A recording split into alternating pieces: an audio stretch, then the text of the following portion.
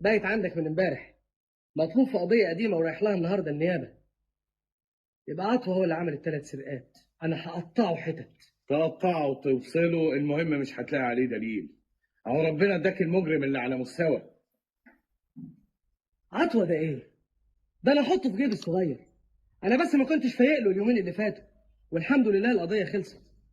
انت مش رايح تعاين قضيه السرقه؟ يبقى خد الملازم شوكت معاك.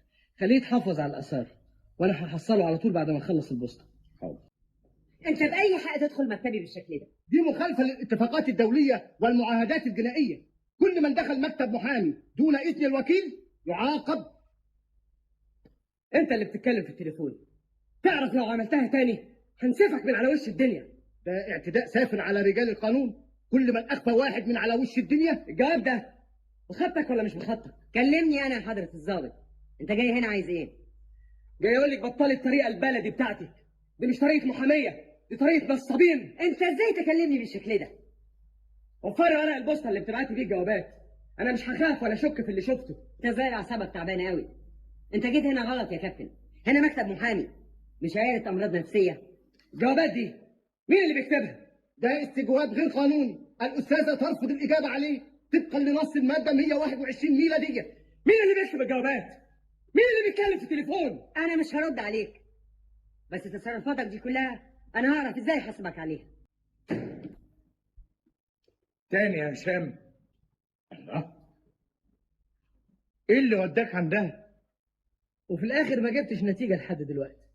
ما اناش عارف اذا كانت هي اللي بتعمل كده ولا مش هي. وايه النتيجه اللي انت عايز تعرفها؟ افرض سعاد ولا غيرها اللي بيعمل كده، يهمك في ايه؟ ولا حاجه. طب ليه تروح لها تاني؟ مش كفايه اللي حصل قبل كده؟ اما لقيت الجواب ده في البوسطه قلت هترجع تستلمني تاني. هو ده اول جواب؟ ما هو اللي غيظني انه مش اول جواب. تقوم تروح لها المكتب وتعمل ده كله؟ انا كنت طالع معاينه السرقه، لقيت نفسي جنب مكتبها قلت افوت اتاكد. طب يا اخويا، اهي النيابه بكره طالباك للتحقيق، وسعاد مقدمه شكوى تانيه في نقابه المحامين. تعمل اللي هي عايزاه. انا هنسى قضيه رشاد دي خالص والاستاذه بتاعتك عشان افوق للواد عطوه. الواد ده مش سهل يا وليد. تصور ما لقيتش اي اثار في مكان السرقه. ما انا قلت لك انك مش هتلاقي حاجه، لا بصمات ولا اقدام. ده واد فاهم شغله كويس. بس وشرفك لا اجيبه متلبس. الاسبوع ده هجيبه تلبس في قضيه سرقه عشان ياخد له 15 سنه.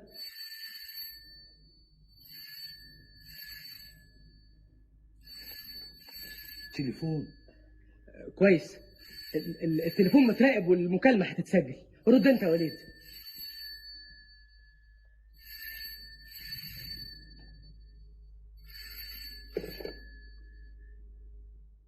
الو. ايوه. لا لا، النمره غلط. حظه غريب قوي. على الله يتكلم دلوقتي. ولعتي فين يا وليد؟ ما تدور عليه وانا بشتغل عندك. الولاعه كانت محطوطه هنا، انا مولع بيها دلوقتي. انت هتلبسني تهمه يا جدع انت كمان. انا بكلم جد يا وليد. الولاعه بتاعتي كانت على الترابيزه هنا من شويه. هو انا ناقص الولاعه بتاعتك دي رخره؟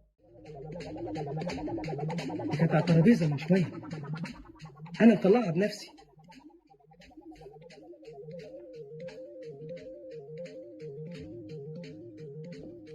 ايه اللي رجعها البدله؟ انت يا وليد؟ والله ما جيت ناحيتها. يمكن انا اللي حطيتها، ولا يمكن ما طلعتهاش خالص. بس انا متاكد اني شفتها على الترابيزه من شويه. لا، ده انت مخك فوت وهيجيب زيت. معقول اكون شفت الولاعه وانا ما شفتهاش؟ مش معقول يا وليد. الحكايه دي تاني مره بتحصل. انا خايف لا يكون يكون ايه؟ ولا حاجه ولا حاجه.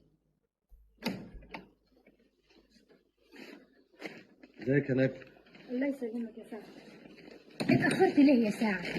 كنت بجيب شويه حاجات ناخدها لخالي بكره في الزياره. يعني على خالك واللي جراله. احنا مش عايزينه يعرف حاجه، ها؟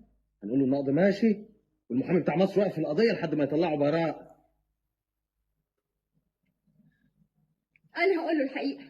مش معقول نضحك عليه لحد ما يصحى في يوم يلاقيهم واخدينه ويشنقوه. ايه؟ الاستاذه بتقول لسه مده على التنفيذ، ومن عارفه نجوى بين يوم وليله يجي الفرج. ايوه فرجوا قريب. خلي رشاد ما يستاهلش ده كله.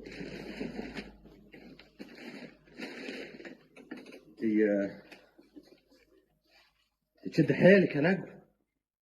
بابا مظلوم يا سعد، بس هو لما يتشنق وهو مظلوم عشان شهاده كده. ومالها ظابط المباحث، بس ربنا مش هيسيبه ولا هيسيب خالي رشاد. انا عارف انه هيطلع.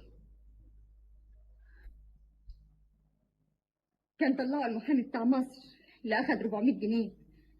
معلش يا سعد، اول ما ربنا يفرجها هرد لك الفلوس دي. ترد ايه يا نجوى؟ ترد ايه؟ يا ريتهم كانوا بفايده. ده انت بعت ارضك علشان المحامي. انا مش هنسى لك الجميل ده ابدا. جميل؟ تاني علشان خالي وعلشانك ابيع الدنيا كلتها، احط رقبتي في المشنقه بدال. طب يمين بالله زي يوقف اللي اعملها.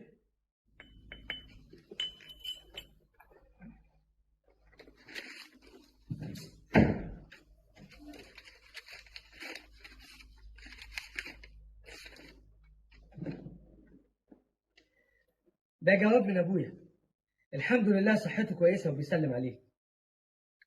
مفيش جوابات من حد تاني؟ طبعا لا، ولا تليفونات، عشان تعرف ان نظريتي كانت صح. انت نظرياتك كتير ما شاء الله، بس الحقيقه بقى كلهم صح. انا قلت لك ان سعاد هي اللي كانت بتبعت الجوابات وتتكلم في التليفون. لما رحت لها المكتب وعرفت انها انكشفت بطلت اللعبه دي. ده بتهيألك. كون الجوابات بطلت والتليفونات بطلت ده دليل ان هي اللي كانت بتعمل كده، ولا ايه؟ انت مش قلت ان قضيه رشاد دي هتنساها خالص؟ ايه المناسبه كل شويه تجيب سيرتها؟ اصل الحقيقه امبارح عبد الوهاب بيه رئيس النيابه قال لي ان الطعون كلها اترفضت، وبعتوا الاوراق للنائب العام علشان يحددوا ميعاد تنفيذ الحكم. ما دام قتل ياخد جزاءه، ده عدل ربنا. واحد ومراته نايمين يلاقوا اللي بيضربهم بالرصاص. رشاد هو اللي قتلهم. انا اول ما دخلت الاوضه شفته وجريت وراه في الجنينه واتاكدت منه كم مره. انت ايه حكايتك؟ انت مش مطمن لشهادتك ولا ايه؟ اطلاقا يا وليد، انا بس الحقيقه لما عرفت ان ميعاد تنفيذ الحكم قرب صعبان عليا بنته. انا بقى اللي صعبان عليا شهرين المكافاه اللي خدتهم اهو. قول لي انت صرفتهم ولا لسه؟ انت مالك بقى؟ دي معاملات ماليه بيني وبين وزاره الداخليه، شأنك ايه بالموضوع ده؟ يعني تخبط الشهرين المكافاه كده وانا اطلع بلاش؟ يا اخي خاف من الارض، زكي عنهم عشان ربنا يبارك لك فيهم. تعرف يا وليد، إيه؟ انا كان نفسي ابعت منهم 10 او 20 جنيه لنجوى بنت رشاد. ايه المناسبه؟ ابوها ضيع كل حاجه قبل الحادثه وظروفها وحشه. انا سمعت انهم تعبانين قوي. السلام بقى تشهد على ابوها وتخليهم يشنقوه وفي الاخر تديها 10 جنيه مساعده؟ صحيح تقتل القتيل وتمشي في جنازته.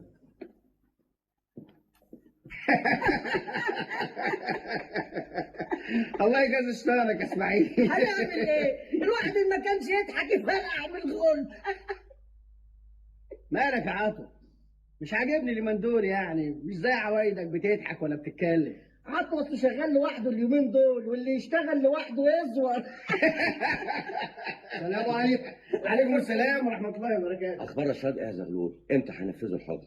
رشاد هيطلع، ما دام الاستاذه ترافعت عنه يبقى لازم يطلع، حتى بعد تنفيذ الاعدام لازم يفرجوا عنه. واخد بالك انت ازاي؟ هو انت زي قلتك كده لا تعرف تودي ولا تجيب؟ وانت همك ايه في تنفيذ الحكم؟ اللي اتعمل في رشاد بكره يتعمل فينا، ما دام ظابط ما عندوش ذمه. بالشكل ده الواحد يخاف على روحه. عشان لما طلبك اخر مره وقال لك هجيب لك 15 سنه اشغال. ده كلام تهويش، ما يقدرش على عاطفه. هو لو قدر ما كان من زمان. انت عايز نصيحتي يا عطوة؟ تكني اليومين دول. وانا بعمل ايه يا اسماعيل؟ شقة الزغب وشقة الساحة ودكان الساعات غير ما يستجد. ومين اللي قال لك بقى ان انا اللي سرقتهم؟ واحدة في الدور الرابع والتانية في الخامس، ودكان الساعات برضه طلعت على المواسير، محدش يطلع على المواسير. وانت يا اسماعيل، ده انت ما شاء الله زي ما تكون طالع في اسانسير. ده كان زمان، دلوقتي الحمد لله ربنا هدانا. انت يا اسماعيل على رأي المثل، يموت الزمار وصباعه بيلعب. عندي ليك خبر بمليون جنيه. الليله دي همسك عطوه متلبس بقضيه سرقه. انا بقى عندي ليك خبر ب5 جنيه بس. النهارده بقى هوكلك اكله عمرك ما اكلتها من ساعه ما اتخرجنا. يبقى عدس. عدس؟ ده انت ما اكلتش عدس من يوم ما اتخرجنا. امال ايه؟ لحمه. لحمه. هعشيك لحمه. يلا اجري غير هدومك على ما تستوي. لا، انا مش قاعد لك. الساعه 12 بالظبط لازم اكون في بيت نوفل اللي في شارع السوق. عطوه رايح على هناك. مش عرفك لا يكون اسماعيل بيلعب بيك تاني. المصدر المره دي مش اسماعيل. الشغال اللي في بيت نوفل عطوه اتفق معاه يسيب له شباك الحمام مفتوح، بس ما اعرفش عطوه هيروح امتى. عشان كده لازم ارقد له هناك من دلوقتي. انا كمان بقول كده، وتبقى تتعشى بقى ان شاء الله لما ترجع بالسلامه. ده اذا كان يفضل اكل بعد ما اكل انا والقطه. لا يا عم، بناقص عطوه. انا بصراحه قاعد لك الليله دي. احسن لك بدل ما يعمل لك ربع قضيه. عطوه ده ايه اللي انت قاعد تخوفني بيه؟ هشام، خلي بالك من نفسك. عطوه شال سلاح وانت ما كلتش لحمه. تخافش، الليله دي هفرجك على عطوه ده. انا هطلع فوق السطح وانت تستخبى تحت، بس اوعى اشوفك. استنى لما يطلع وتديني اشاره. انا عايزه متلبس يا حسين. حاضر يا فندم. انزل يا عطوه، البيت متحاصر. انزل قبل ما اضربك بالرصاص. بيروح بس يا فندم، بيروح. اطلب الاسعاف بسرعه. حاضر.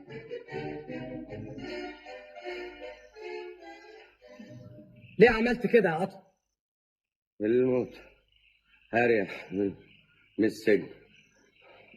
اسمع حضرتك هشام بيه. احنا طلبنا لك الاسعاف. ملهاش لزوم. انا عايز اقول كلمتين.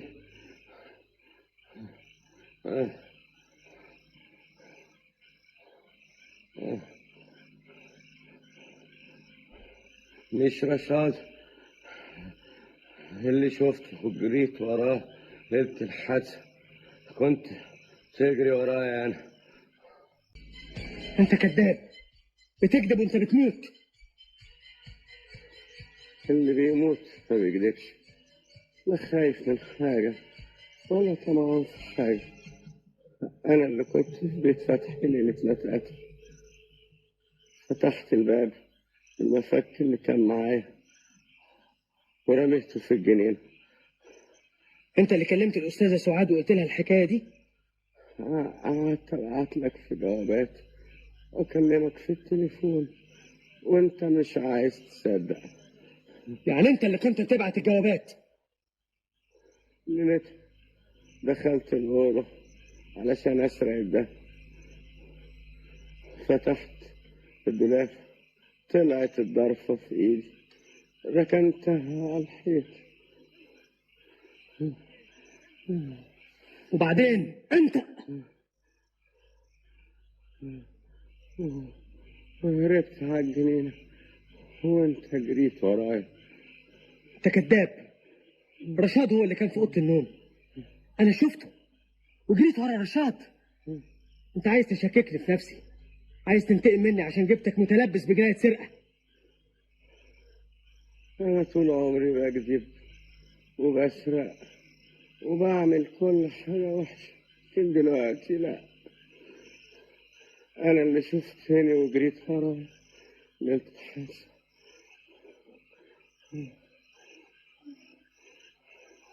عطوة، عطوة، الكلام اللي قلته ده مش حقيقة. انت عايز تساعد رشاد مش كده؟ أنا وأنت ورشاد هنتقابل عند ربنا. أنا بخلص ذمتي وبقول اللي حصل. انا شفت رشاد بعينيا. شفتني أنا وجريت ورايا أنا. مش ممكن. ازاي؟ ازاي؟ مش ممكن، مش ممكن. رجعت استخبيت في الفيلا لحد ما انت مشيت، خرجت بعد كده. مجرم. ليه قتلت فتحي ومراته ورميت بريء في السجن؟ ليه ما اتكلمتش قبل كده؟ ليه ما قلتليش الكلام ده قبل المحاكمة؟ وليه ما سكتش على طول؟ ليه؟ حسين أفندم. انت تستعين حراسة عليك المستشفى لحد الليل. حاضر يا فندم. وليد، انا قاتل يا وليد. قتلت عطوة؟ هو اللي قتلني. رشاد بريء. رشاد هيتشنق ظلم. هشام، انت مالك راجع من بره بتخرف؟ انت مش كنت عامل كمين لعطوة؟ ايه اللي حصل؟ رشاد بريء. مش هو اللي انا شفته ليلة الحادثة. انا شفت عطوة، وهو اللي قتل فتحي ومراته. هو مش رشاد. فهمني ايه الحكاية؟ الليلة دي عطوة وقع من تالت دور وهو بيسرق. افتكر انه هيموت فاعترف لي كل حاجة. هشام، هو انت اي حد يقول لك كلمة تقلب الدنيا؟ وبعدين عطوة ما انت عارفه.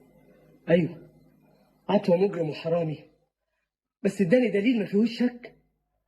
ده مش دليل واحد، ده 20 دليل. يا هشام انت دايما كده، يا يمين قوي يا شمال قوي، ما عندكش وسط. عطوة قال لي على حاجات مش ممكن حد يعرفها غير انا والراجل اللي جريت وراه. تفاصيل مش معقولة. قال لي على كل حاجة من ساعة ما جريت وراه لحد ما هرب مني. ما يمكن شافك وانت بتجري ورا رشاد. دي جنينة مقفولة بسور، وبعدين افرض انه شافني. اللي شاف ده يعرف جزء من الحقيقة، انما كل حاجة، كل حاجة.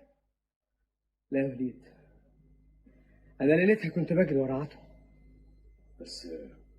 بس انت كنت متأكد انك شفت رشاد؟ انا بيتهيألي حاجات ما شفتهاش. انت فاكر عبد الوهاب بيه رئيس النيابة لما قلت لك اني شفته وهو ما حضرش الجلسة؟ والولاعة اللي كنت فاكر ده على الترابيزة ولا ما طلعتهاش من جيب البدلة؟ هو ده اللي حصل مع رشاد. رشاد بريء يا وليد، بريء. بريء؟ جاي دلوقتي تقول بريء يا هشام بعد ما صدر حكم الإعدام واترفض النقد؟ يا سلام، أنا ياما حذرتك وقلت لك إن رشاد بالذات لا يمكن يقتل. ركبت دماغك. كلكم حذرتوني، انت وسعاد والمحكمة، وما صدقتش غير نفسي. انا اللي استاهل الاعدام، انا اللي استاهل الاعدام مش رشاد. هشام، الطريقة دي مش هتجيب نتيجة. احنا لازم تمسك أعصابك ونفكر بعقل. طب اعمل ايه؟ اعمل ايه يا وليد؟ اتصرف انت وانا موافق على اي حاجة تعملها. الأول عايز أتأكد من الكلام اللي قاله عطوة. انا سامع بوداني وانا خلاص لا بشوف ولا بسمع. وعطوة راح مستشفى ايه؟ المستشفى الميري.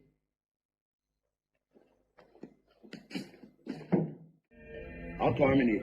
من ساعة ما جه المستشفى يا فندم ما حطش منطق، والدكتور مانع عنه الزيارة بتاتا.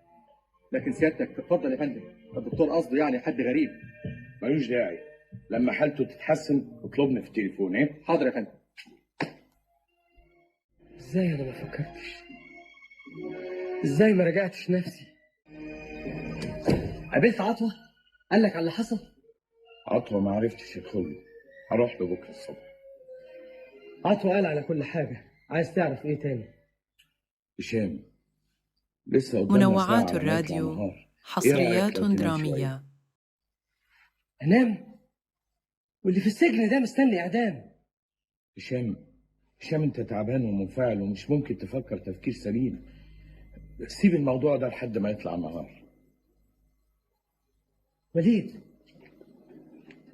انت مش ملاحظ ان عطوة شكله قريب قوي من رشاد؟ ويمكن ده اللي خلانا نتلخبط فيه. طب ليه قلت متأكد يا هشام؟ يسألوني في المحكمة أول مرة وتاني مرة أقول متأكد. يا سلام على الغرور. كل حاجة ليها حل يا هشام. لو قلت محتمل كان رشاد يطلع براءة، لكن ازاي هشام يقول محتمل على حاجة شافها؟ ليه؟ أنا عملت كده ليه؟ ماليش عذر، كلكم نبهتوني، أنت وسعاد والمحكمة، لكن لا، ازاي هشام يقول محتمل؟ التفكير بالطريقة دي مش هيجيب نتيجة. هد نفسك. أنا بكره نفسي، بكره نفسي. كل حاجة هتتصلح، طول بالك. تتصلح ازاي يا وليد؟ ده الحكم بقى نهائي والتنفيذ الشهر ده. لكن لا، رشاد مش هيتشنق بأي ثمن. أنا فاكر في حاجة اسمها إعادة النظر في الأحكام النهائية في حالات معينة، فاكرها يا وليد؟ والله الواحد ساب الكلام ده من أيام الكلية. بكرة أروح للأستاذة سعاد ولا لسه زعلان منها؟ بالعكس، ده أنا لازم أروح لها، لازم أروح لها. إيه ده رايح فين؟ الساعة 4 الصبح. الله، نستنى للصبح يا أخي. يلا يلا قوم نام. صباح الخير يا ماما. صباح النور. ايه ساكية؟ ما جاتش 7. اصل في واحد عايزك بره. عايزني؟ هو مين؟ يقول هشام ضابط المباحث. ازاي تفتحي له الباب؟ ليه دخلتيه؟ قلت له نايمه، قال لي ضروري صحيها. ضروري يعني ايه؟ هو انا بشتغل عنده؟ طيب انا هفرجه. بالراحه يا سعاد. اصل قبل كده جالي المكتب وقال لي ادبه، ودلوقتي جاي البيت هاتيلي التليفون اطلب له النيابه. يا بنتي الراجل بيتكلم بمنتهى الذوق، استني بس ما اشوف عايز ايه. عايز يتأدب، انا المره دي هأدبه.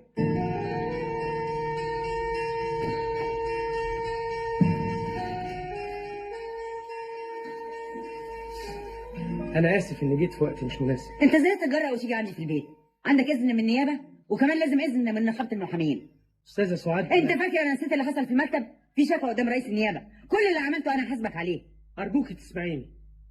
رشاد بريء، ما قتلش. لازم نشوف طريقة علشان نطلعه. امتى عرفت الحكايه دي؟ امبارح بالليل. مش هو اللي أنا شفته ليلة الحادثة، أنا شفت واحد تاني هو اللي قتل، موجود ومستعد يشهد بالكلام ده. حصل ايه؟ فهمني. أنا جريت ورا واحد تاني شكله تمام زي رشاد. أنا جريت ورا عطوة.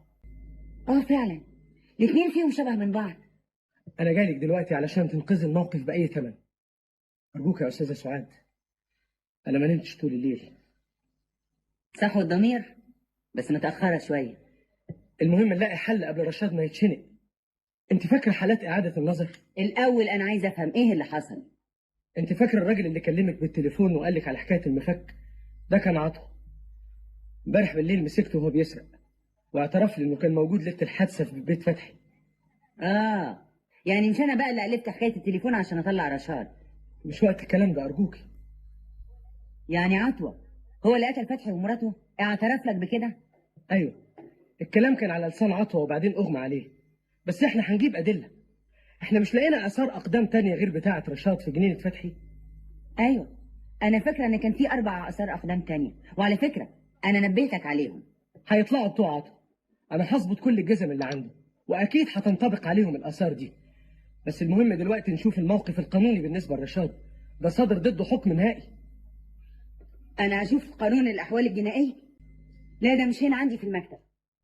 طب أنا هروح دلوقتي عند رئيس النيابة، أخده وروح المستشفى ياخد أقوال عطوة، وحاجة لحضرتك على المكتب. استنيني هناك.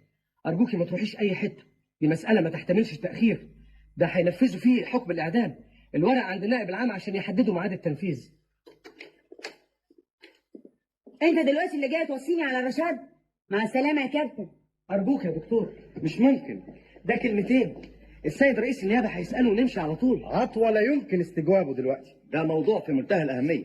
أنا آسف، حالته ما تسمحش. عطوة كان كويس، ده قاعد يكلمني مدة لغاية الإسعاف ما نقلته.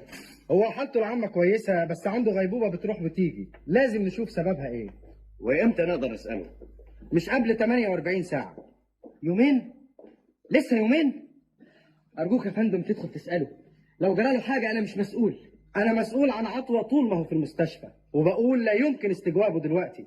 عايزين تدخلوا تبقى مسؤوليتكم لو جراله حاجة. هو في خطورة على حياته؟ الخطورة إن إحنا نسأله قبل ما نطمن على حالته. سؤاله مش ممكن قبل 48 ساعة.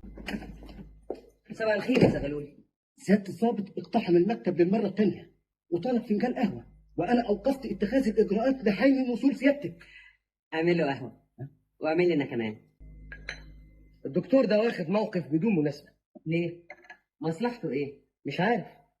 اذا كان المخبر اللي متعين حراسه على عطوه بيقول انه اتكلم وطلب يشرب، يبقى كويس. انا ما يهمنيش يبقى كويس ولا وحش. انا اللي يهمني دلوقتي رشاد. عملت ايه في الاجراءات القانونيه؟ قريتي حالات اعاده النظر؟ ورحت المحكمه واطلعت على احكام النقد المتشابهه في الحالات اللي زي دي. مفروض ان كلامك ده هو وقائع جديده ظهرت بعد الحكم ممكن تؤدي لبراءه المحكوم عليه. يبقى نبتدي الاجراءات. ارجوك تشوف لنا الاجراءات. طلب يتقدم للنائب العام في مصر، وبعد ما يتحقق فيه يا اما يتحفظ يا اما مش هيتحفظ.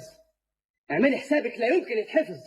رشاد بريء ولازم يتوقف تنفيذ الحكم. انت هترجع تزعق تاني؟ اعذريني. ارجوك تقدري الظروف اللي انا فيها. لو رشاد اتشنق ابقى انا اللي قتلته. انت اللي جبته لنفسك. انا رحت لك المركز وحذرتك من موقف زي ده. مش وقت الحساب. دلوقتي لازم ننزل مصر نقدم الطلب. النهارده انا عندي جلسه وبكره عندي. لازم ننزل مصر النهارده، والقضايا اللي عندك دي سيبيها لاي حد. الاوامر دي تديها للمخبرين بتوعك. المكتب هنا له نظام. دي مش اوامر يا استاذه سعاد، ده واحد بيطلب النجده. انت ولا رشاد؟ انا اكتر من رشاد. ارجوكي ننزل مصر دلوقتي، نروح للدكتور الشرنوبي يكتب معاك الطلب ونقدمه، وانا مستعد اديله الاتعاب اللي هو عاوزها، وانت مصاريفك كلها عندي. مصاريف ايه يا كابتن؟ انت فاكر ان براءة رشاد تهمك اكتر ما تهمني؟ رشاد انا المحامية بتاعته، والقضية دي مسؤوليتي.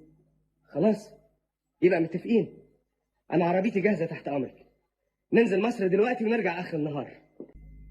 انا ما ركبش عربيات حد. اجيب تاكسي ويفضل معانا طول النهار. انا هاخد تاكسي وانزل لوحدي. يبقى قابلك هناك. ايه المناسبة؟ اطمن بس على الاجراءات، ويمكن تحتاجوا تاخدوا اقوالي ولا حاجة. اقوالك النيابة هتاخدها هنا بعد ما النائب العام يقبل الطلب. زي بعض. المهم تعملي حاجة، ما تقعديش كده مستنية ايه؟ انا هسافر بس عشان رشاد الموكل بتاعي. لو عشانك انت انا ما كنتش اتحركت من المكتب بتاعي، فاهم؟ الحمد لله على السلامة. عملتي ايه؟ ده مستنيكي من الساعة 4 قاعد ياخد ويدي في نفسه. ما كان من الاول كان وفر علينا كل ده. عملتي ايه؟ اشرب بس الاول كوباية شاي. من فضلك يا ماما اعملي لنا كوبايتين شاي. اتفضل. ارجوكي تتكلمي، انا قاعد على اعصابي. عملنا مذكرة إعادة النظر في القضية أنا والدكتور الشرنوبي، وأخدت عليها تأشيرة من النائب العام لانتداب رئيس نيابة البندر للتحقيق فيه. يعني هيتلغي الحكم؟ لسه في إجراءات كتير بس عملنا أهم خطوة. الدكتور الشرنوبي رأيه ايه؟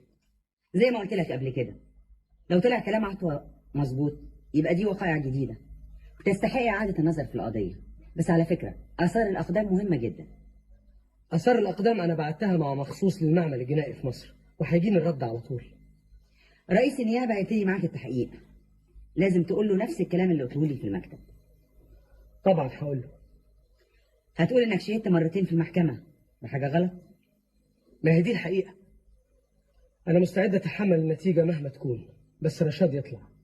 لما تبقى ضابط ومسؤول وليك سمعتك وترجع في شهادتك هيتقال كلام كتير قوي.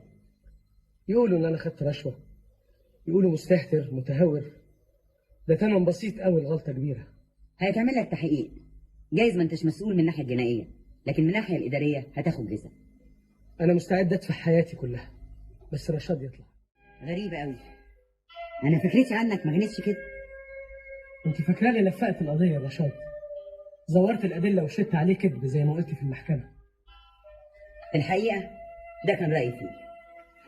أنا عمري ما زورت قضية ولا لفقت لواحد تهم. تقدري تقولي عليا متهور مندفع مغرور، لكن ما أقدرش أظلم. أنا بموت من ساعة عطوة ما قال لي الحقيقة. على العموم كويس إن ربنا عمل كده عشان ينقذ بريء من حبل المشنقة. صدقتني يا حضرة الضابط، يا ما قلت لك، يا ما حلفت لك. كل واحد بيغلط يا أستاذ رشاد، بس المهم إن الغلط يتصلح وتطلع براءة. بعد إيه؟ بعد تنفيذ الحكم. الحكم مش هيتنفذ. رئيس النيابة بيحقق القضية من جديد، وأنا قلت إن شهادتي كانت غلط. غلط؟ جاي دلوقتي تقول لي غلط؟ انت تغلط وانا ادفع الثمن؟ معلش، كل حاجة ممكن تتعوض. تتعوض ازاي؟ وسمعتي وسمعة بنتي. انا بقالي شهور في السجن، كل ما افتح باب الزنزانة يتهيألي انهم هياخدوني على المشنقة. محدش هيجي ناحيتك، أنا مسؤول عنك. بعد ايه يا حضرة الضابط؟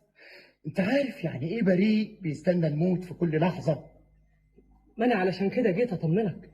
شهادتي كانت أساس القضية، دلوقتي الوضع اتغير وهتطلع براءة.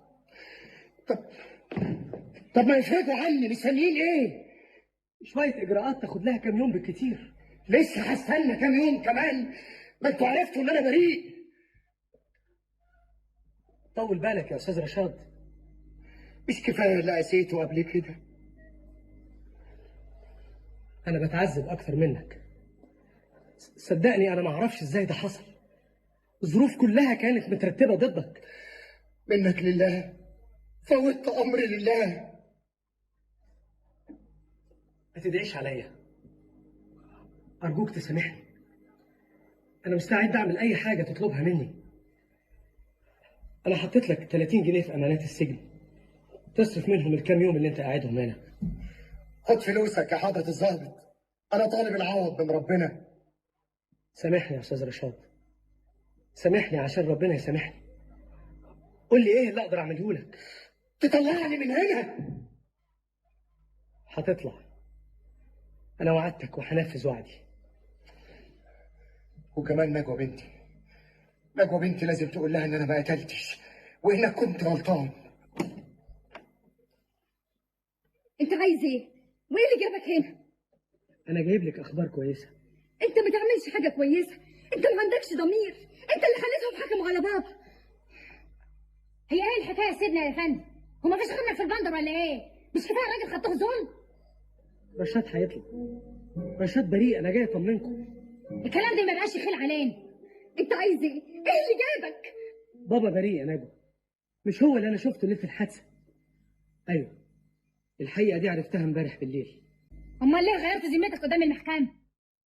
غلطة، لكن الحمد لله لحقناها في الوقت المناسب. غلطه؟ حرام عليك، هتروح فين من ربنا؟ المهم إنه هيطلع، أنا جاي أقول لكم إنه هيطلع. النهارده؟ لا، لسه شوية. على العموم أنا جبت لكم تصريح زيارة استثنائي، تقدروا تروحوا له في أي وقت.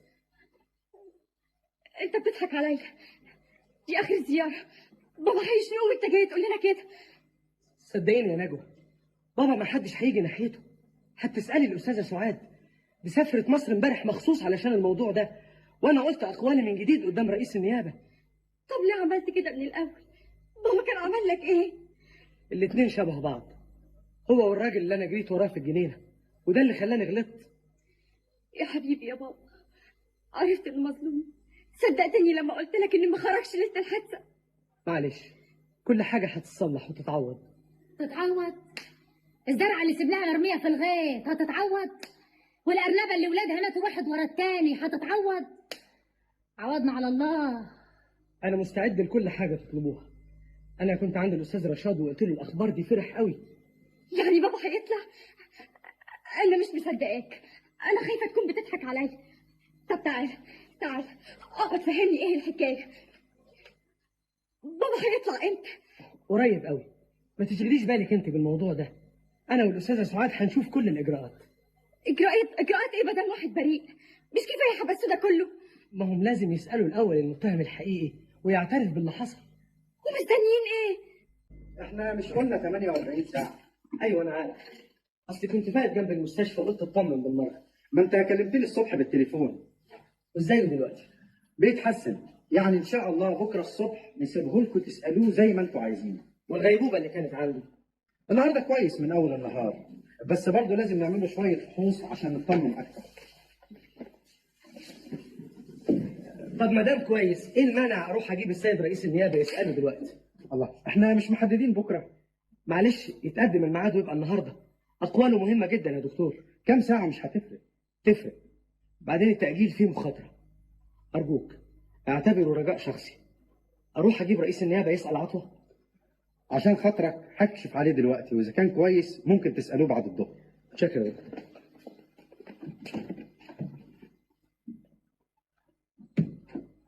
الدكتور ما عندوش مانع يتسأل النهارده. وانا اتصلت بالنيابه وسعاد وحددوا الساعه 5. رئيس النيابه هيروح يساله في المستشفى. طب ده عال قوي اهو. بس في خبر تاني اتضايقت منه. اتصلت بالمعمل الجنائي وقالوا لي ان اثار الاقدام ما انطبقتش على الجزم اللي ظبطناها في بيت عطوه. مش مهم. الحادثه اصلها بقالها شهور، وواحد زي عطوه مش معقول يحتفظ بالجزمه اللي كان لابسها ليله الحادثه. المهم اعترافه. مفيش دليل اقوى من الاعتراف. سعاد برضو قالت لي كده. مجرد انه يقول نفس الكلام يبقى كفايه قوي. يبقى خلاص تهدى بقى، وكلها كام ساعه والحكايه تتحل. كابوس فظيع وعايز اصحى منه. المهم تتعلم منه. درس العمر يا وليد، بس يعدي على خير. طب ما تكمل اكلك. ماليش نفس. ازاي بقى؟ انت بقالك يومين ما اكلتش. تصور اللي حصل ده كله بقاله يومين. من ساعة ما نزلت أجيب عطوة لحد دلوقتي كأنهم 100 سنة. هشام، ما تاخدش كل حاجة على أعصابك كده. إزاي بس يا وليد؟ واحد زي رشاد ده كان ممكن يتشنق وأنا السبب. غلطة ملهاش أي مبرر. المهم إنها تتصلح. يا ريت. أنت عارف حالات إعادة النظر محدودة جدا، وده حكم نهائي واتنظر قدام محكمة النقض. هو مش رئيس النيابة قال لك إن عطوة وأقواله ممكن تعتبر وقائع جديدة في القضية تبرر إعادة النظر في الحكم؟ قال لي كده. وإن شاء الله بعد عطوة ما يعترف إن هو القاتل هخليهم يفرجوا عن رشاد. إن شاء الله حتى بكفالة لحد القضية ما تنظر من جديد. أيوة، بس في كام نقطة كده مش في مصلحته. آثار الأقدام وحتة القماش اللي من قميصه في مكان الحادثة. وأنت خلف خلاف؟ لما أقول لك شفت رشاد تقول لي يمكن بريء، ودلوقتي عاوز تقول إن هو القاتل. أبدا، أنا عارف إنه بريء، بس إزاي الأدلة دي اتجمعت ضده؟ دي مش أدلة، دي مجرد قرائن. الدليل الوحيد هي شهادتي، وأنا اتأكدت إنها غلط. ما هو حتى لو قلنا إنها قرائن برضه لازم نفسرها. جايز المعمل الجنائي غلط. غلط؟ المعمل الجنائي يغلط في آثار الأقدام وفي حتة القماش؟ ما هي دي حاجات لازم هتتناقش في القضية. مش يمكن عطوة هو اللي رتب الأدلة دي كلها الرشاد؟ وبعدين ما تنساش إن شهادتي هي أساس الحكم عليه بالإعدام. المحكمة قالت كده، والباقي كله ملوش أي قيمة. إزاي بس يا هشام؟ الله، إذا كانت سعاد قالت كده أنت هتعرف أكتر من المحامية بتاعته. وهي سعاد عرفت ميعاد النيابة؟ أيوه، واتفقت معاها نروح سوا. هفوت عليها في البيت الساعة 4. لو سمحتي تستعجليها شوية علشان ميعادنا مع رئيس النيابة. هي عاملة حسابها ده خصوصا القضية دي، ومن ساعة ما عرفت الشهادة بتاعتك والفرحة مش سايعاها. الحقيقة الأستاذة سعاد نموذج للمحامية اللي عندها ضمير. محامية تشرف مهنتها صحيح. ده انت اول ما كلمتها في التليفون وقلت لها الدكتور موافق، طلبت رئيس النيابة وقالت له الليلة لازم تروح له، وفضلت تاخد وتدي معاه لحد ما وافقها. حاكم كلهم بيحبوها. ربنا يبارك لك فيها. واحنا هنا عليا قوي، لما كحة كده ما تنامش طول الليل. انا سامعاكم وانتوا بتجيبوا قريتي. ايه الحكايه؟ الجدع من اول ما قعد ما بطلش شكرانيا فيكي. بعد ايه يا ماما؟ انا لسه بيني وبينه قضيه قدام النيابه. فاكرها يوم ما اتهجمت على مكتبي؟ خلاص بقى يا سعاد، ابن سامح كريم، مين عارف يمكن ربنا جاب حكايه رشاد دي علشان يصفي القلوب. اظن نلحق ميعادنا، يلا بينا. لسه بدري، اشرب الشاي بتاعك، لسه بدري. انت شايفه ايه؟ تفتكر الطلب هيتقبل؟ طبعا لازم يتقبل ويتعاد النظر في القضيه، بس انا في حاجه واحده بس انا خايفه منها. تفتكر ان عطوه هيقول نفس الكلام ده هو قدام النيابه؟ طبعا. ما تنساش انه قال لك الكلام ده هو بعد ما وقع من 3 دور وكان فاكر نفسه هيموت. دلوقتي بعد ما حالته اتحسنت يمكن يضربها في دماغه ويرجع عن اقواله. ده انا اخلص عليه، لازم يقول على اللي حصل. عطوه مش سهل. انا كنت المحاميه بتاعته في القضيه اللي خد فيها 3 سنين. ما اعتقدش ان هو يعترف على نفسه. هيعترف غصب عنه. لو رجع في اقواله هتبقى حاجه غريبه قوي، خصوصا ان اقدامه ما ثبتش عليها حاجه. طب افرضي انه انكر، يبقى ايه الحل من الناحيه القانونيه؟ هتبقى مشكله كبيره قوي. وحلها؟ احنا هنفكر في المشكله دلوقتي ليه؟ فاضل لنا اقل من ساعه ونشوف عطوه، هنشوف هيقول ايه. مساء الخير يا دكتور. السيد رئيس النيابه جاي حسب الميعاد. انا اسف. هو ايه اللي اسف؟ انا جيت لحضرتك هنا الظهر وقلت لي ممكن يتسال. مش ممكن. احنا مش هنطول عليه، هنسمع منه على قد ما يقدر. مش ممكن. عطوة مات من ساعتين. مات يعني ايه؟ انت قلت لي انه كويس. اتضح ان كان عنده نزيف داخلي. وازاي تسيبوه يموت؟ ليه ما تعالجهوش؟ مش كده يا كابتن هشام. انا قلت لك نساله اول ما دخل المستشفى وانت قلت لا. انت السبب. افتكر ممكن تتكلم بطريقه احسن من كده. جرى ايه يا كابتن هشام؟ هو الدكتور اللي موته؟ ربنا عايز كده. طب والحل دلوقتي؟ انا مش همشي من هنا غير لما تشوفوا لي حل. هنثبت ده كله في المحضر ونبعته للنائب العام، وهو اللي يقدر الظروف دي كلها. كلام انا مش كفايه؟ انا ايه مصلحتي ادعي على نفسي حاجه زي دي؟ ايه مصلحتي؟ يجي لنا بكره يا دكتور في سراي النائب علشان ناخد اقوالك. عن اذنك. يلا يا هشام نتكلم عندي في المكتب. يلا. اوعي تقولي الطلب هيترفض. رشاد لا يمكن يتشلق وهو بريء، مش هيحصل. حظه غريب قوي. لو كان عطوة فضل عايش ساعتين زياده كان الوضع اتغير. ودلوقتي لازم يتغير. لازم تلاقي حل. شوفي كتب القانون اللي عندك. سافر مصر قبل الدكتور الشرنوبي وقولي له اللي حصل. يلا انا هروح معاكي. كابتن هشام ممكن تهدى شويه؟ انا مستعد اقنع النائب العام. انزل دلوقتي واقابله في مصر. النائب العام ملتزم بالقانون، والقانون بيشترط لازم وقائع جديده علشان اعاده النظر في حكم نهائي. وكلامي ده مش وقائع جديده؟ كان هيبقى كده لو عطوة فضل عايش، انما دلوقتي الوضع اتغير. انت في نظر القانون مجرد شاهد عدل عن اقواله، وده مش كفايه علشان يلغي حكم نهائي. كفايه.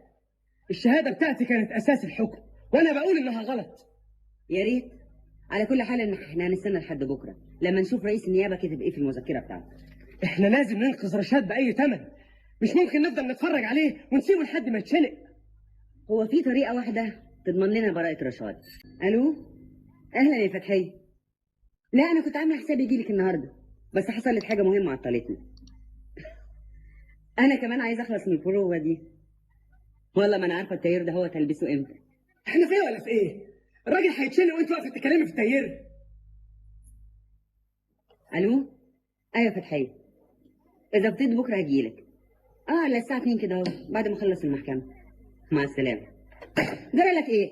فاكرني عسكري عندك؟ ازاي تعرفني وانا بكلم في التليفون؟ متاسف قوي. كنت بتقولي في طريقه لانقاذ رشاد. استنى. لو عرفت تجيب ادله قويه تثبت ان عطوة هو اللي قاتل يبقى كويس. دي حاجه مش في ايدي. وبعدين دي مساله هتاخد وقت. ده المفروض ورق رشاد عند النائب العام عشان يحددوا تنفيذ الحكم.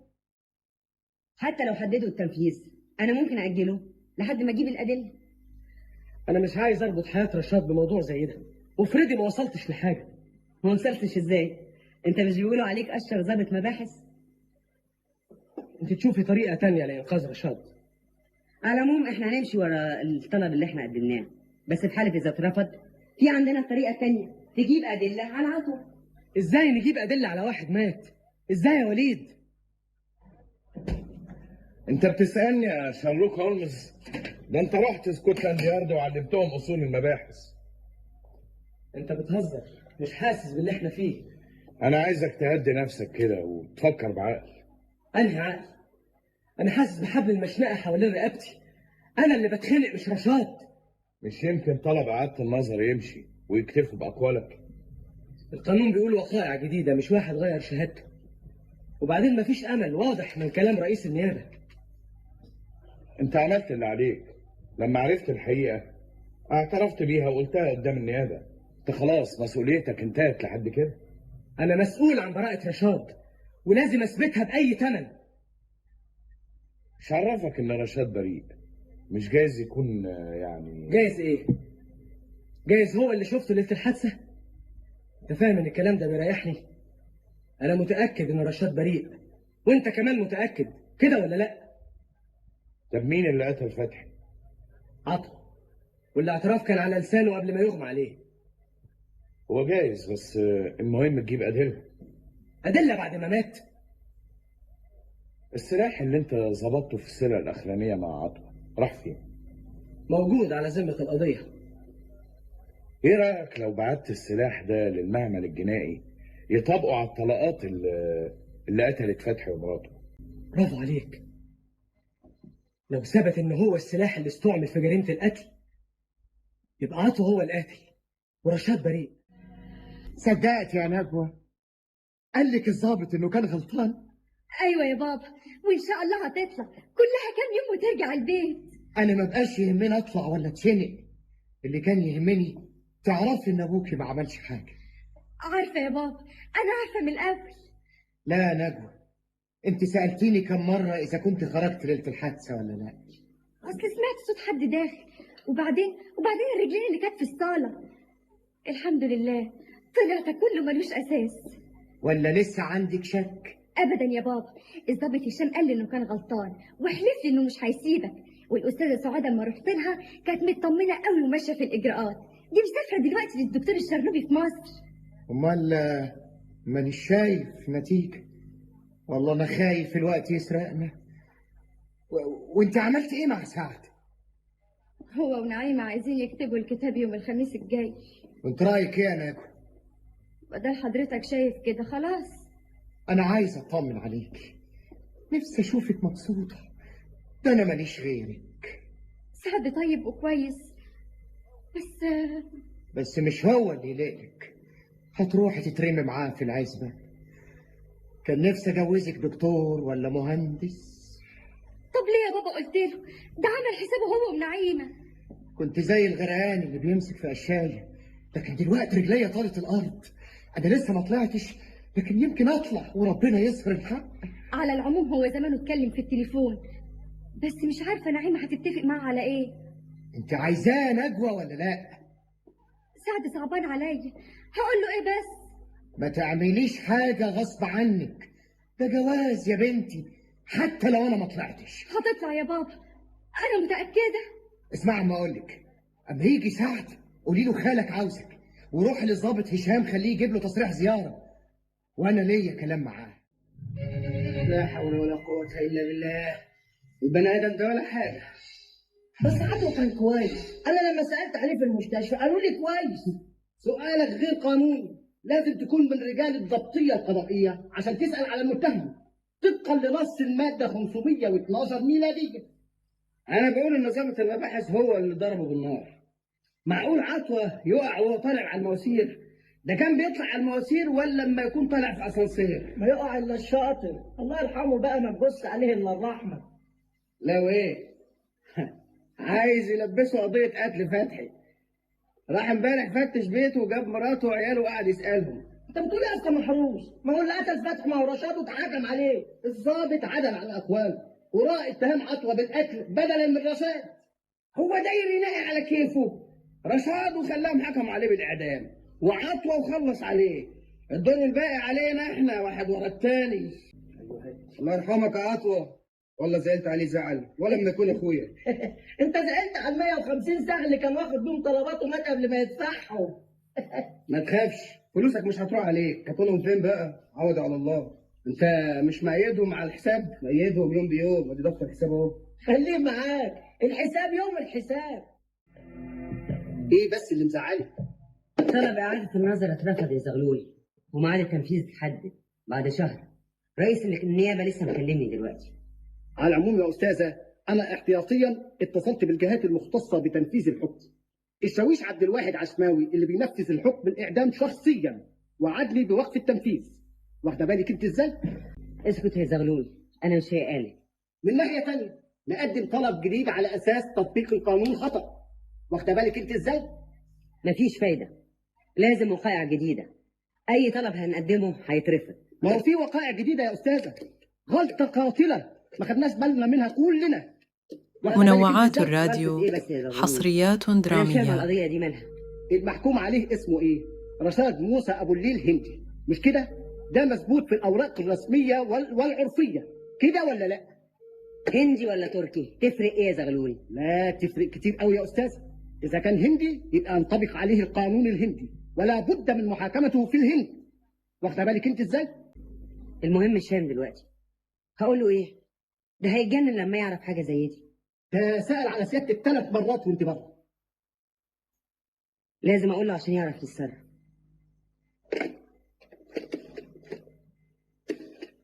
ولا اقول لك هكتب له ورقه واديها له المركز. بس في كل ده عشان تحددوا اذا كان السلاح هو المستخدم في القتل ولا لا. انا مش بتكلم عليك يا فوزي، انا عايزك تستعجل الخبير اللي عنده الموضوع ده. واحد محكوم عليه بالاعدام، حياته متوقفه على التقرير ده. لا، انا هكلمك بكره زي دلوقتي، وارجوك تديني النتيجه بالتليفون. مع السلامه يا فوزي. فوزي ده هيسيب المعمل الجنائي من تحت راسك. انت كل قضيه تقلب له الدنيا كده يا اخي. لو كنا خدنا بالنا من عطوه ليله ما فتحي اتقتل كنا قدرنا نجيب عليه ادله، لكن المرشد بتاعي هو اللي وقعني لما قال لي ان عطوه اجل السرقه. لما يثبت ان السلاح بتاعه هو اللي قتل فتحي ومراته يبقى اتحل الموقف. سعاد قالت لي كده. لو ثبتت حكايه السلاح دي تبقى دليل جديد على عطوه، وبالتالي تبقى وقائع تبرر اعاده النظر في القضيه. خير يا زغلول؟ الأستاذة بعت لسيادتك هذا الإعلان القانوني. معقول؟ طلب إعادة النظر اترفض. يترفض إزاي؟ إزاي؟ ما هو ده اللي احنا كنا متوقعينه بعد عطوة ما مات. الأستاذة فين؟ ما كلمتنيش ليه؟ موجودة في المكتب يا فندم، سيادتك ممكن تتصل بيها هاتفيا. واخد بالك أنت إزاي؟ لا أنا هروح لها، وضروري نلاقي حل. الحل في ايدك انت، لا انا ولا النائب العام ولا اي حد ممكن يطلع رشاد غيرك. إزاي يترفض طلب إعادة النظر؟ ده القانون. ورشاد عرف؟ مش لازم يعرف، نسيبه عايش على الامل لحد ما نشوف الحكايه ترسي على ايه. رشاد هيطلع غصب عن القانون والنيابه والمحكمه والدنيا كلها. طب هدي نفسك بس عشان نعرف نتكلم. انا اللي ظبطته وانا اللي شدت عليه، وانا دلوقتي بقول انه بريء. اشمعنى صدقوني لما اتهمته ومش عايزين يصدقوني لما برأته؟ انت دارس قانون وعارف يعني ايه حكم نهائي. اتنظر قدام محكمه الجنايات واترفض الطعن فيه قدام محكمه النقض. احنا دلوقتي قدامنا حل واحد بس، ادله ضد عطوه. عملت ايه في السلاح؟ لسه كنت بكلم المعمل الجنائي عشان يحددوا اذا كان هو اللي قتل فتحي ولا لا. قدامك شهر، اقل من شهر. التنفيذ يوم 27 الشهر الجاي. مش ممكن. مفيش داعي للانفعال. المهم دلوقتي الادله اللي تجيبها على القاتل. عطوه انا عارف ان هو اللي قتل والسلاح بتاعه هو. عن اذنك، بس تفتكر السلاح دليل كفايه ولا يرجعوا يقولوا ما ينفعش؟ قلت لك لو ثبت ان سلاح عطوه هو اللي قتل فتحي ومراته اضمن لك انهم هيعيدوا محاكمه رشاد. مش بعيد يا هشام بيه عطوه يعمل. انا مش عايز رايك، انا عايز معلوماتك. هو انا بخبي عن سيادتك حاجه؟ ليله ما كان رايح لفتحي مش قلت لك؟ ورجعت قلت لي انه مش رايح. الظاهر حليت في عينه الشغلانه وقال لك اكلها لوحدي. ولا يكون خاف منك وافتكر انك قلت لي. الله اعلم. على العموم ده مش موضوعنا. انا عايز اعرف بالظبط اللي حصل بينك وبين عطوه لما اتفقتوا على سرقه فتحي. هو كان ناوي على الشر واشترى سلاح قبلها بكام يوم، حتى انا قلت لسيادتك. قال لك ايه بالظبط؟ دي حكايه فات عليها شهور. شهور ولا سنين؟ انا عايز اعرف اللي قاله لك بالظبط، الكلام اللي صدر منه بالظبط. افتكر يا اسماعيل. انا فاكر ليلتها قلت له فتحي مش سهل. قال لي ما يهمكش، لو فتح بقه هخلص عليه. امال انا جايب السلاح اعمل بيه ايه؟ قال لك الكلام ده؟ ايوه يا بيه، وسيادتك وانا ما بخبيش عن سيادتك حاجه، وسيادتك ماسك عليا قوي. كل ده وماسك عليك قوي؟ هدي لك اللي انت عايزه، بس انت متاكد ان عطوه قال الكلام ده؟ طبعا يا بيه، وده راجل قابل ربنا، هكدب عليه بعد ما مات؟ يعني مستعد تقول الكلام ده قدام النيابه؟ بس احسن يلبسوني قضيه شروع في سرقه. هو انت سرقت؟ مش رجع قال لك اتاجلت؟ خلاص يا بيه، ايوتها وقت تطلبني اروح النيابه واشهد ان عطوه كان عايز يقتل فتحي. في ايه؟ في ايه يا نجوى؟ اصل بابا عايز يقابلك قبل ما نعمل اي حاجه. كان عايز يقول لي مبروك ويوصيني عليكي، وانا ناقصه صحيح. طب يلا يا سعد اوصلوا دلوقتي، في هناك تصريح زياره باسمك. كلام ايه اللي بتقوله ده يا خال؟ ده انا رتبت كل حاجه، والناس جايه بكره من العزبه تحضر كتب الكتاب.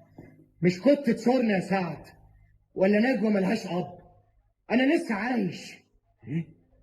انت اخر مره قايل تيجوا مكتوب كتابكم، والكلام كان قدام نجوى. بعدين انا اتكلمت في التليفون ونعيم قالت الخميس. الظروف اتغيرت يا سعد، انا يمكن اخرج اليومين دول. وماله يا خال؟ نكتب الكتاب بكره برضه، ولما تخرج بالسلامه ان شاء الله هنبقى نعمل الفرح. قلت لك مفيش حاجه تحصل قبل ما نخرج. الناس اللي جايين من العزبه والمأذون اللي اتفقت معاه، انت عايز تخلي وشي في الارض؟ انت عايز مصلحتك وانا كمان اشوف مصلحتي. دي بنت واحده عايزني اجوزها في طيس ولا يعني اتمنى مرمي في السجن؟ بقول كده يا خال بعد ما عرفت انك طالع عايز ترجع تاني في كلامك. انا ما رجعتش في كلامي. انا لا قلت ايوه ولا لا. لما اطلع تبقى تتجوز اللي يعجبها. اذا كانت عاوزاك انا ما عنديش مانع. طب ما الكلام ده كان من الاول. وهو حصل ايه يعني؟ جوازه وقلنا بلاش منها دلوقتي. حد له عندنا حاجه؟ لا محدش له عندك حاجه، دي بنتك انت حر فيه. قلت لك اما اطلع الدنيا ما طارتش. تبقى تطلع بالسلامه يا خال، تبقى تدور لنجوى على واحد من توبها. افهمني يا سعد، انت زي ابني. الجواز المستعجل ده ما يعمرش. ربنا يفك ضيقتك يا خال ويدي نجوى اللي يسعدها. خدتك بعافيه. استنى يا سعد، استنى يا سعد، لسه معانا زياره. استنى ايه تاني؟ اروح الحق ولاد عمام اللي جايين من العزبه علشان يحضروا. لا دي اخبار كويسه قوي. لا خلي اسماعيل يروح على طول على النيابه يقول اقواله على عطوه. بعد كده طبعا هيجي تقرير المعمل الجنائي يقول ان السلاح بتاع عطوه هو اللي قتل فتحي. بالشكل ده هنبقى حلقنا على القضيه من كل ناحيه. اذا كان عشانك انت ما كنتش اعمل حاجه. انا بعمل كل ده عشان خاطر رشاد. لا بتسلم عليك كويسه قوي. مع السلامه. هشام بيسلم عليك يا ماما. الله يسلمك. مسكين زعلان قوي عشان خاطر الرشاد. انا ما كنتش فاكرها بالشكل ده. انا والله من اول ما شفته قلبي انفتح. الا قولي لي يا سعاد، هشام ده عازب ولا متجوز؟ اصل مش شايفه ايده دبله. وانا يهمني في اذا كان عازب ولا متجوز؟ ده موضوع ما يهمنيش في حاجه. مين عارف النصيب فين؟ هو انت كل راجل عندك لازم اتجوزه؟ هو انت يا سعاد لا عاجبك دكتور ولا مهندس ولا ضابط، خليكي قاعده من غير جواز. هو ده وقت كلام زي ده يا ماما؟ فاضل كام يوم ورشاد الشنق، قدامنا فرصه، اخر فرصه. يعني انتوا ولا هو اللي هتوصلوا له عمره؟ اديكم بتعملوا اللي عليكم. الفرصه دي لو راحت مننا هتبقى كارثه بالنسبه لنا كلنا، وخصوصا هشام. تعرف يا ماما انا خايفه عليه اكتر من رشاد. ربنا يظهر الحق.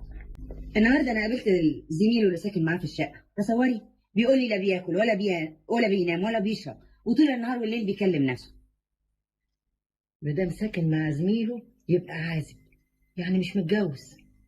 بقيت تخبي عليا يا سعاد؟ أحب عيشتي الحرية بام بام بام بام بام. يا حبيبي تعالى يا حبيبي تعالى وكفاية. على فكرة الأستاذة كشفت وراها النهاردة. مبروك عليك يا عم. قالت لك حاجة على القضية؟ قضية الهنا، يا ريتني كنت أنا. يا وليد أنت مش قادر تحس باللي أنا فيه. اتكلمتوا في القضية؟ الحقيقة كلامنا كان عليه.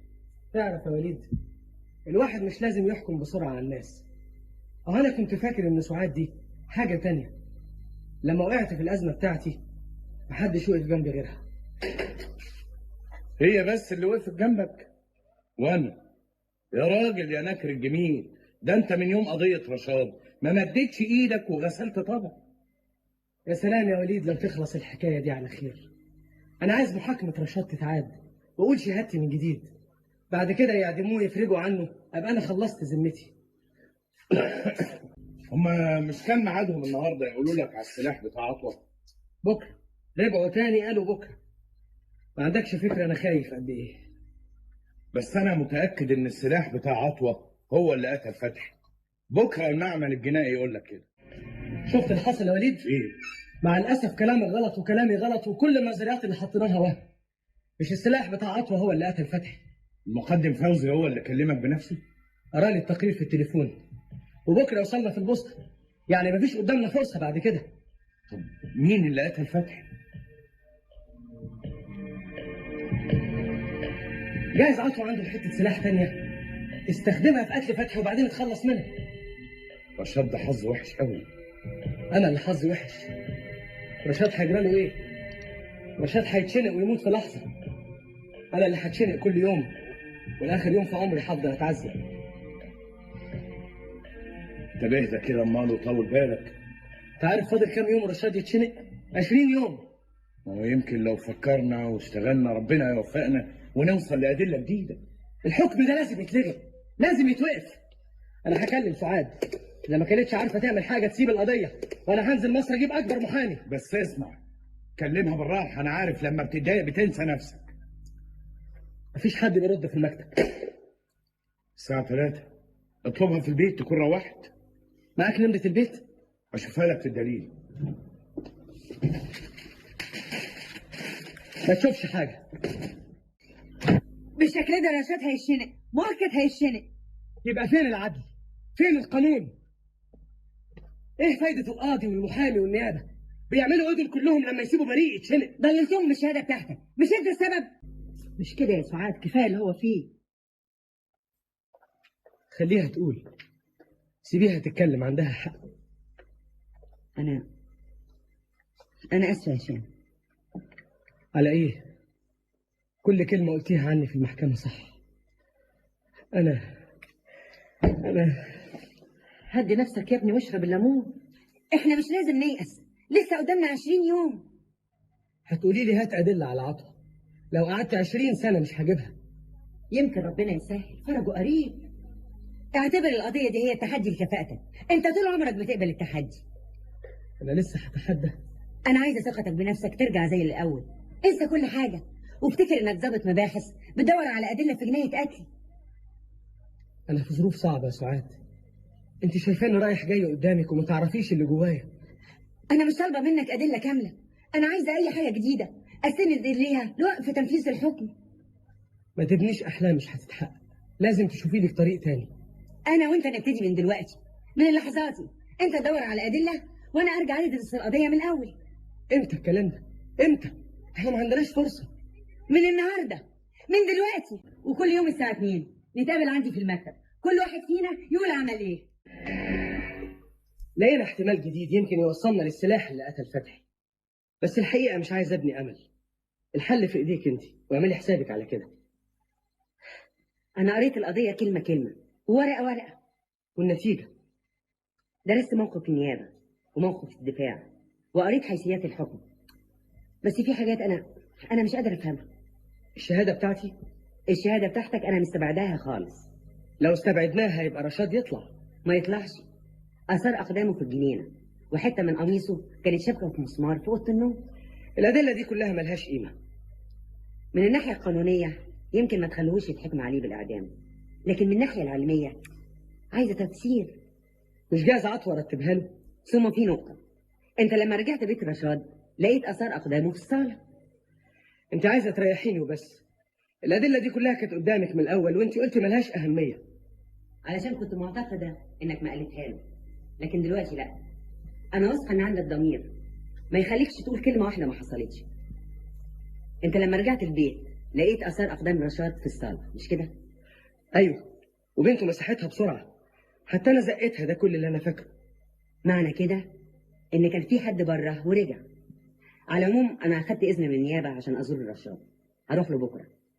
في حاجات كتير لازم يفسرها لي، حاجات أنا مش قادرة أفهمها. الطلب اللي قدمناها اترفض والتنفيذ متوقع في أي وقت. أنا بريء وكلكم عارفين كده. في حاجات كتير أنت لسه ما قلتهاش. أنت لسه ما قلتش الحقيقة، مخبي حاجات كتير. وخبيها ليه؟ أنا مش عايز أعيش، أنا عايز أتشنق، عايز أربي بنتي دي ملهاش غيري. ما تخافش على نجوى يا رشاد. أخسارة. نجوى أنا هبقى مسؤولة عنها لحد ما تخلص تعليمها وتتوظف وتتجوز الإنسان اللي يناسبها. أيوة، أنا لما بقول كلمة بنفذها وبقصدها، وأنت عارف كده يا رشاد.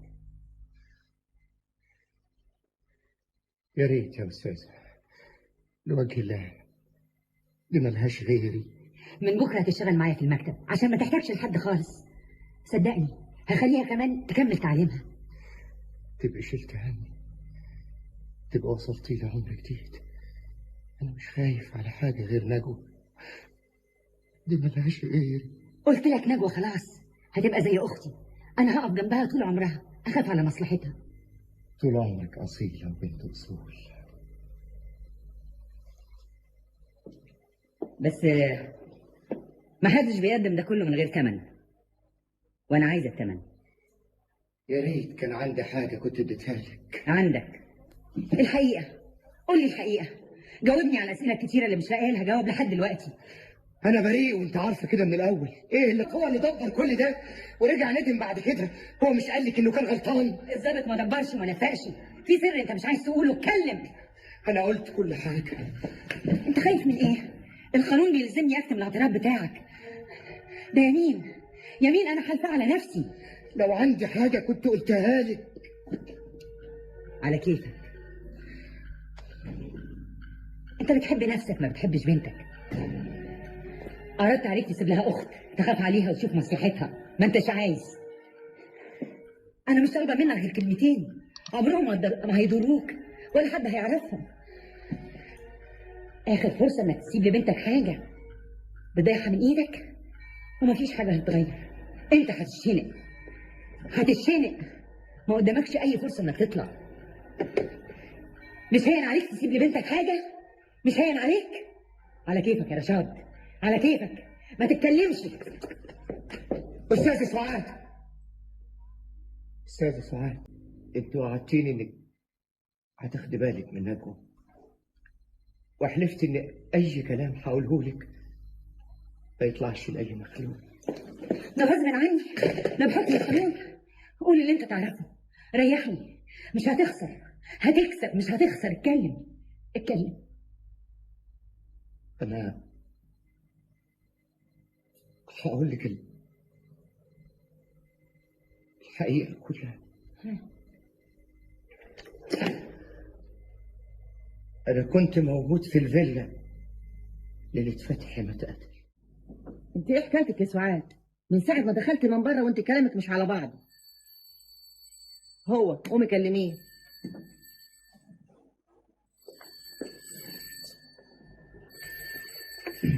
الو. ايوه يا هشام. لا ابدا. رحت الرشاد قعدت معاه شويه، بعد كده كان عندي مشوار. لا ابدا، ما قاليش حاجه جديده، نفس الكلام اللي بيقوله كل مره. بكره لما نجيلي المكتب هنتكلم سوا. مستنياك. تصبح على خير. هو رشاد قال لك ايه؟ ولا حاجه يا ماما. هتخبي عليا انا كمان؟ ماما، دي اسرار المهنه. المحامي اللي يخون اسرار مهنته لاي سبب ما يستحقش يبقى محامي. أرجوك تصرحيني بالحقيقة يا سعاد. انا مش فاهمه، انت ليه متصور ان في حاجه انا مخبيها عليك؟ كلامك معناه كده، بيقول لي إن القضية انتهت على أساس إيه؟ قصدي من الناحيه القانونيه. انا فاكره رشاد هيقول لي حاجه تساعدني، لكن لقيت الموقف زي ما هو. وهنسيبه يتشنق وهو مظلوم. انا اتفقت معاه، هشغل بنته عندي في المكتب. أنا بتكلم عليه هو. نصيبه كده. انا عملت كل اللي عليا وانت كمان، مفيش في ايدنا حاجه نعملها اكتر من كده. ده كلام جديد خالص. يا هشام، انت عملت كل اللي تقدر عليه. اول ما عرفت الحقيقه قلتها، وضحيت بسمعتك ومستقبلك. والنتيجه مش بتاعتك. واذا كان في حد غلطان يبقى القانون، يبقى النائب العام. لا انت ولا انا، احنا عملنا كل اللي نقدر عليه. افهم من كده انك يأستي من الافراج عنه؟ يعني هتشيلي ايدك من القضيه؟ انا مفيش في ايدي حاجه تانية. انا سايبه شغلي ومصالحي بقالي شهور، محدش ممكن يطلب مني اكتر من كده. انا كنت عارف انك مش هتكملي للاخر. الموضوع بالنسبه لك مجرد قضيه خسرتيها. وبالنسبه لك انت كمان اعتبرها كده. انا مش هسيب رشاد يتشنق باي ثمن، واذا كنت بتتخلي عنه انا مش هتخلى عنه. هجيب له 10 محامين بدالك. عن اذنك. هشام، زياد، كنت فين بقالك يومين؟ مفيش فايده يا وليد، مفيش فايده. قول لي الاول كنت فين امبارح واول؟ في مصر، سافرت مصر. واللي معاك ده مش تعبره بتليفون؟ ولا تسيبنا دوخ ال7 دخان كده؟ غصب عني. خرجت من عند سعاد سافرت على مصر على طول. قلت اشوف ابويا من زمان ما شفتوش، وبالمره اقابل حد من المحامين الكبار عشان قضيه رشاد. وشغلك وانت بتشتغل في عزبه يا اخي؟ انا قعدت اداري عليك عند المأمور واقول له والده عيان والده عيان. انا مش فاهم انت بتتصرف ازاي يا هشام. معلش يا وليد، طول بالك عليا اليومين دول. وعملت ايه مع المحامين؟ تصور الدكتور انيس والاستاذ الطاهر الاثنين يعتذروا. قضيه ما فيهاش فايده، عشان كده سعاد سابتها. طب قوم كلمها، دي اتصلت بيك مرتين امبارح والنهارده. انا مش فاضلها. اما اشوف الراجل اللي هيتشنق بعد كام يوم. الوقت بيجري والدقيقه ليها ثمن. انا مش فاهم قضيه رشاد دي اخرتها ايه؟ تصور الاثنين قالوا لي علشان رشاد يطلع لازم تجيب ادله على القاتل. ما هو ده نفس الكلام اللي قالته لك سعاد. سعاد قالت نسيب القضيه خالص ونسيب رشاد يتشنق. امال انا ليه اتخانقت معاها وخرجت من عندها سافرت على مصر؟ يعني انت عملت ايه مع المحامين في مصر؟ ولا حاجه، نفس الموقف. لازم اجيب دليل على اللي قتل فتحي. اجيبه منين؟ مفيش فايده يا وليد، مفيش فايده. يمكن هو. الو، مين؟ زغلول؟ ايه عايز ايه؟ بقى حضرتك طالبني عشان حاجه هايفه زي دي؟ اتصرف يا اخي، اديله ميعاد بكره بعده. انت ايه ما بتعرفش تعمل حاجه لوحدك؟ يا ساتر، مش كده يا سعاد. ما حاجه تفلق من كل ناحيه يا ماما. انت ايه بس اللي مزعلك؟ ولا حاجه يا ماما ولا حاجه. يعني هيكون في ايه؟ هو هشام برضه ما اتصلش بيكي؟ مش عارفه ايه اللي حصل يا ماما. اتصلت بيه مرتين في المركز، قالوا كان في اجازه ورجع بقاله يومين. مش عارفه ماما، ايه رايك؟ اتصل بيه تاني؟ جرى لك ايه يا سعاد؟ انت طول عمرك عاقله. مش يمكن عيان ولا حاجه؟ ده اخر مره كان تعبان خالص. مش بتقولي رجع المركز؟ هو العيان بيروح الشغل؟ انا عارفه القضيه دي طلعت لي منين. يا ريتني ما كنت خدتها. طولي بالك يا بنتي، لو هشام باقي عليك هو اللي هيتصل بيك. انت سالت عليه مرتين، الحاجه لما تترمي ترخص. على رايك يا ماما. ثم انا عملت له ايه؟ انا كنت عايزاه يفوق لنفسه، مش عايزاه يعيش في الوهم. هو ده اللي مزعله، يزعل بقى. مش هيزعل ولا حاجه. انا عارفه انه هيجي لحد عندك ويقول لك حقك عليا. هو تلاقيه بس زعلان على رشاد لما عرف انك انت هتسيب القضيه. هو انا بكره رشاد؟ ده انا رحت له ووعدته ان انا هشغل بنته عندي في المكتب. مطلوب مني ايه؟ اعمل ايه اكتر من كده؟ شغليها ايه يا بنتي؟ دي لسه تلميذه. عشان اساعدهم. انت ما تعرفيش ظروفهم وحشه قد ايه. ربنا يقدرك على فعل الخير يا بنتي. على كل حال يا ماما، فكريني بكره ان شاء الله اروح لها قبل ما اروح المكتب. مين يا نعيمه؟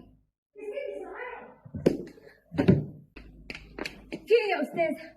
بابا ماله؟ مفيش حاجه. قولي لي بصراحه، ارجوك تقولي لي بصراحه. بابا هيشنقوه؟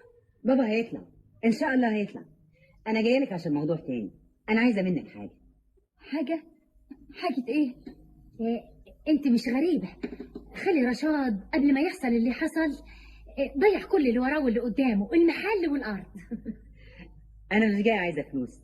انا قلت لكم من الاول القضيه دي مش هاخد فيها اتعاب. ليك عليا. اول خلي رشاد ما يطلع هعمل لك خبزه عيش فلاحي وابعتها لي. امال انت جايه ليه؟ انت عارفه انا عندي شغل كتير قوي في المكتب وكنت عايزه حد يساعدني. مش فاهم. ادور لك على شغاله من عندنا في البلد وهتجيب لك العيش الفلاحي معاها، يبقى مشوار واحد بالمره. لا، انا عايزه واحده ما عندي في المكتب تعرف تقرا وتكتب. قولي لي يا نجوى، انت بتعرفي تكتبي على المكنه؟ قصدك اشتغل وتكملي تعليم. هتشتغلي عندي ساعتين بعد الظهر وهديكي ماهيه كويسه قوي. هتديها كام؟ دي واخده الاعداديه، اقل من 8 جنيه في الشهر مش هتشتغل. هديها 9. انت ليه بتعملي كده؟ لازم حاسه ان بابا مش هيطلع. موضوع بابا اجراءاته ماشيه لوحدها. انا بعمل كده عشان مستقبلي. ما قلناش حاجه. واجب برضو نشير خالي رشاد ونشير سعد كمان. سعد ملوش دعوه. ملوش دعوه ازاي؟ انا كنت عند الاستاذ رشاد وقلت له على الموضوع ده وبابا وافق على شرط انك تكملي تعليم، وانا وعدته بكده. يبقى مش ناقص الا سعد. ان شاء الله حتى نبعت له مرسال احسن يعرف من بره، تبقى عيبه كبيره قوي. على كل حال يا نجوى فكري في الموضوع، ولو حبيتي تشتغلي معايا انا في المكتب، فوتي عليا في اي وقت. عن اذنكم. شكرا. خير يا كابتن هشام؟ انا عايز اذن ضبط وتفتيش مساكن الناس دول والاماكن اللي بيتواجدوا فيها. كل دول؟ على اي اساس؟ دول اصدقاء عطوة وقرايبه والناس اللي كان بيقف معاهم عند محروس الحلاق. جايز قوي نلاقي عندهم السلاح المستخدم في الجريمه. اي جريمه؟ قتل فتحي ومراته. الجريمه اللي بتتكلم عنها انتهت وصدر فيها حكم نهائي. بس في وقائع جديده يا فندم. الوقائع الجديده اتحققت واتحفظت. انا ما اقدرش اوافق لك على اذن زي ده الا اذا كان في تحريات جديه مش مجرد ظنون. اذا كان عطوة بنفسه اعترف لي ان هو اللي انا شفته ليله الحادثه. انت سبق قلت المعلومات دي وحققناها ودورك انتهى لحد كده. ما انتهاش. انا مسؤول عن براءه رشاد. رشاد اخذ كل الفرص الممكنه ودلوقتي قدامنا حكم واجب النفاذ ومتحدد له ميعاد يوم 18 الشهر ده. طيب ممكن التأجيل يتنفذ شهر واحد بس، وفي المدة دي أنا مسؤول أجيب لكم الأدلة اللي تثبت إن عطوة هو القاتل. أفتكر سبق قلت كده وطلع السلاح بتاع عطوة ملوش علاقة بقتل فتحي. جايز قوي أقدر ألاقي السلاح التاني المستخدم في الجريمة. أرجوك يا عبد الوهاب بيه يتأجل التنفيذ. على أي أساس؟ ثم أنت مالكش أي صفة قانونية عشان تطلب حاجة زي دي. رشاد بريء وسيادتك واخد منه موقف. أنا مش واخد موقف من حد. أنا ما عنديش مانع أحقق في أي طلب جديد، بس يتقدم من حد ليه صفة قانونية، هو أو المحامية بتاعته. أنت خدت القضية دي من الأول ولازم تكمليها للآخر. أنت مش كنت عايز تجيب 10 محامين؟ للأسف المحامين الكبار بيخافوا ياخدوا قضية خسرانة. المحامين الصغيرين بس هم اللي بيوافقوا، مش كده؟ أنا ما قلتش إنك محامية صغيرة، وأنا ما فكرتش أروح لحد غير لما أنت تخليتي عن القضية. القضية دي ما فيش منها أي فايدة. أي محامي هيجي يمسكها مش هيعرف يعمل فيها حاجة. أنت ليه اتغيرتي مرة واحدة؟ راح فين حماسك القديم؟ أنا عايزاك تواجه الحقيقة. رشاد ماله؟ اتكلمي. أنت عرفتي حاجة جديدة؟ أنا كل اللي أعرفه إن القضية دي ما فيش منها أي فايدة. مش كل المحاميين قالوا لك كده؟ برضه تقدمي الطلب. هنخسر إيه؟ يبقى قدامنا شهر وزيادة، وأنا أوعدك في المدة دي هجيب لك الدليل على إن عطوة هو القاتل. عشان خاطر يا سعاد. بيقول لك علشان خاطر يا سعاد. هتغلبيه معاكي ليه؟ كلميها أنت يا طنط، تعملي معروف. وهي تقدر تقول لأ؟ ده أنا اللي اتخانق معاه. يا سلام، مش كنتي زعلانة منه؟ ولا هو يخاصم ويصالح على كيفه؟ على العموم إذا كنت غلطت أنا متأسف. خلاص بقى، بيقول لك أنا متأسف، ما تكبريش كل حاجة. لو ماما ضمنتك في القضية دي أنا مستعدة أنفذ اللي أنت عايزه. أنا عايزك تكتبي طلب تأجيل التنفيذ وتحط فيه كل الأسباب اللي تخليهم يوافقوا. حاضر يا سيدي، بكرة تجيلي المكتب هتلاقي الطلب جاهز. شكرا يا سعاد. عن إذنك. أنت رايح فين؟ أنت النهاردة تتغدى معانا. شكرا يا فندم، مرة تانية. كده أهو. سعاد ما تعملوش حاجة بقى. والله مرة تانية أنا وعدت حضرتك. لا مش معقول، ما يجيش أبدا. تيجي نهوت وتنزل في فترة زي دي؟ لا ما يصحش. طب أقول لك بكرة بعد ما تخلصوا حكاية الطلب نتعشى مع بعض. الحقيقة بكرة مش عارف ظروفي. مش بقولك يا ماما ما تصدقهوش. طب نخليها الخميس. خلاص بكرة إن شاء الله لما أشوف سعاد أبقى أتفق معاها. عن إذنك. اتفضل. مع السلامة. مع السلامة.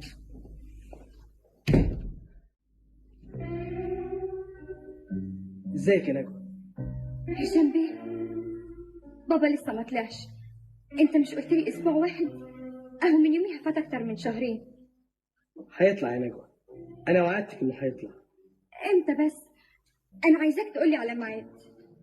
يلا نجوى شوفي شغلك. انا قلت لك نجوى هتشتغل معايا هنا في المكتب. مبروك. انا عايزاك تقولها لي يوم بابا يطلع. انا مش عايزه حاجه من الدنيا غير كده. انا وكابتن هشام. منوعات الراديو، حصريات درامية. هو هيطلع ولا لا؟ كلموني بصراحه. اطمني يا نجوى، انا مسؤول عن والدك ولازم هيطلع. خلصتي المذكره؟ وقدمتها لرئيس النيابه. مش قلتي هتوريها لي؟ انت هتراجع عليا؟ مش قصدي. على العموم اطمن، رئيس النيابه اقتنع واتصل بالنائب العام، والنائب العام انتدبه علشان يحقق في القضيه. كل ده عملتيه النهارده؟ المحامين بتوع المراكز على قدهم، مش زي بتوع مصر. انت لسه زعلانه مني؟ اعذريني يا سعاد، انا في عذاب محدش شافه. ودلوقتي اعصابك استريحت؟ لو اضمن بس تاجيل التنفيذ شهر واحد، ساعتها يبقى قدامنا 42 يوم. اعتبر الطلب اتوافق عليه، انا عارفه شغل كويس، وبعدين انا حاطه مبررات قويه محدش يقدر يرفضها. كل ما اقع في ازمه ما الاقيش حد ينقذني غيرك. على الله يطمر فيك. على فكره ماما مستنياك يوم الخميس زي ما اتفقت معاها. مصممه يعني؟ هي اللي مصممه، انا ماليش دعوه. وانا حاجه بس علشان خاطرها. بشرط اوعى تجيب لي سيره القضيه او سيره رشاد. ايه ده كله؟ انا ماليش دعوه، ماما هي اللي طبخ. ده انا اعرف اعمل الحاجات الحلوه دي؟ والله يا ابني ايدي على ايدها.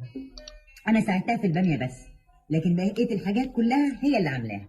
عال، يعني حضرتك سايبه القضيه وقاعده تقمعي في الباميه؟ احنا هنجيب سيره رشاد تاني؟ احنا مش اتفقنا النهارده، مالناش دعوه بالموضوع ده خالص. معاكي حق، النهارده يوم لوحده ملوش دعوه باللي قبله واللي بعده. نتكلم في كل حاجه الا حكايه رشاد. اتفقنا، واللي هيجيب السيره دي هيدفع جنيه غرامه. موافق، بس انت متاكده قبل ان تنفيذ الحكم هيتاجل شهر؟ ايدك على جنيه يا ابني، اكلك زي ما هو. يا خبر، ده انا ما اكلتش كده بقالي كام شهر من يوم ما اتقتل فتحي. ايدك على 2 جنيه. احنا قلنا سيره رشاد مش سيره فتحي. من فضلك يا ماما ممكن تجيب لنا الحلو؟ طبقك زي ما هو.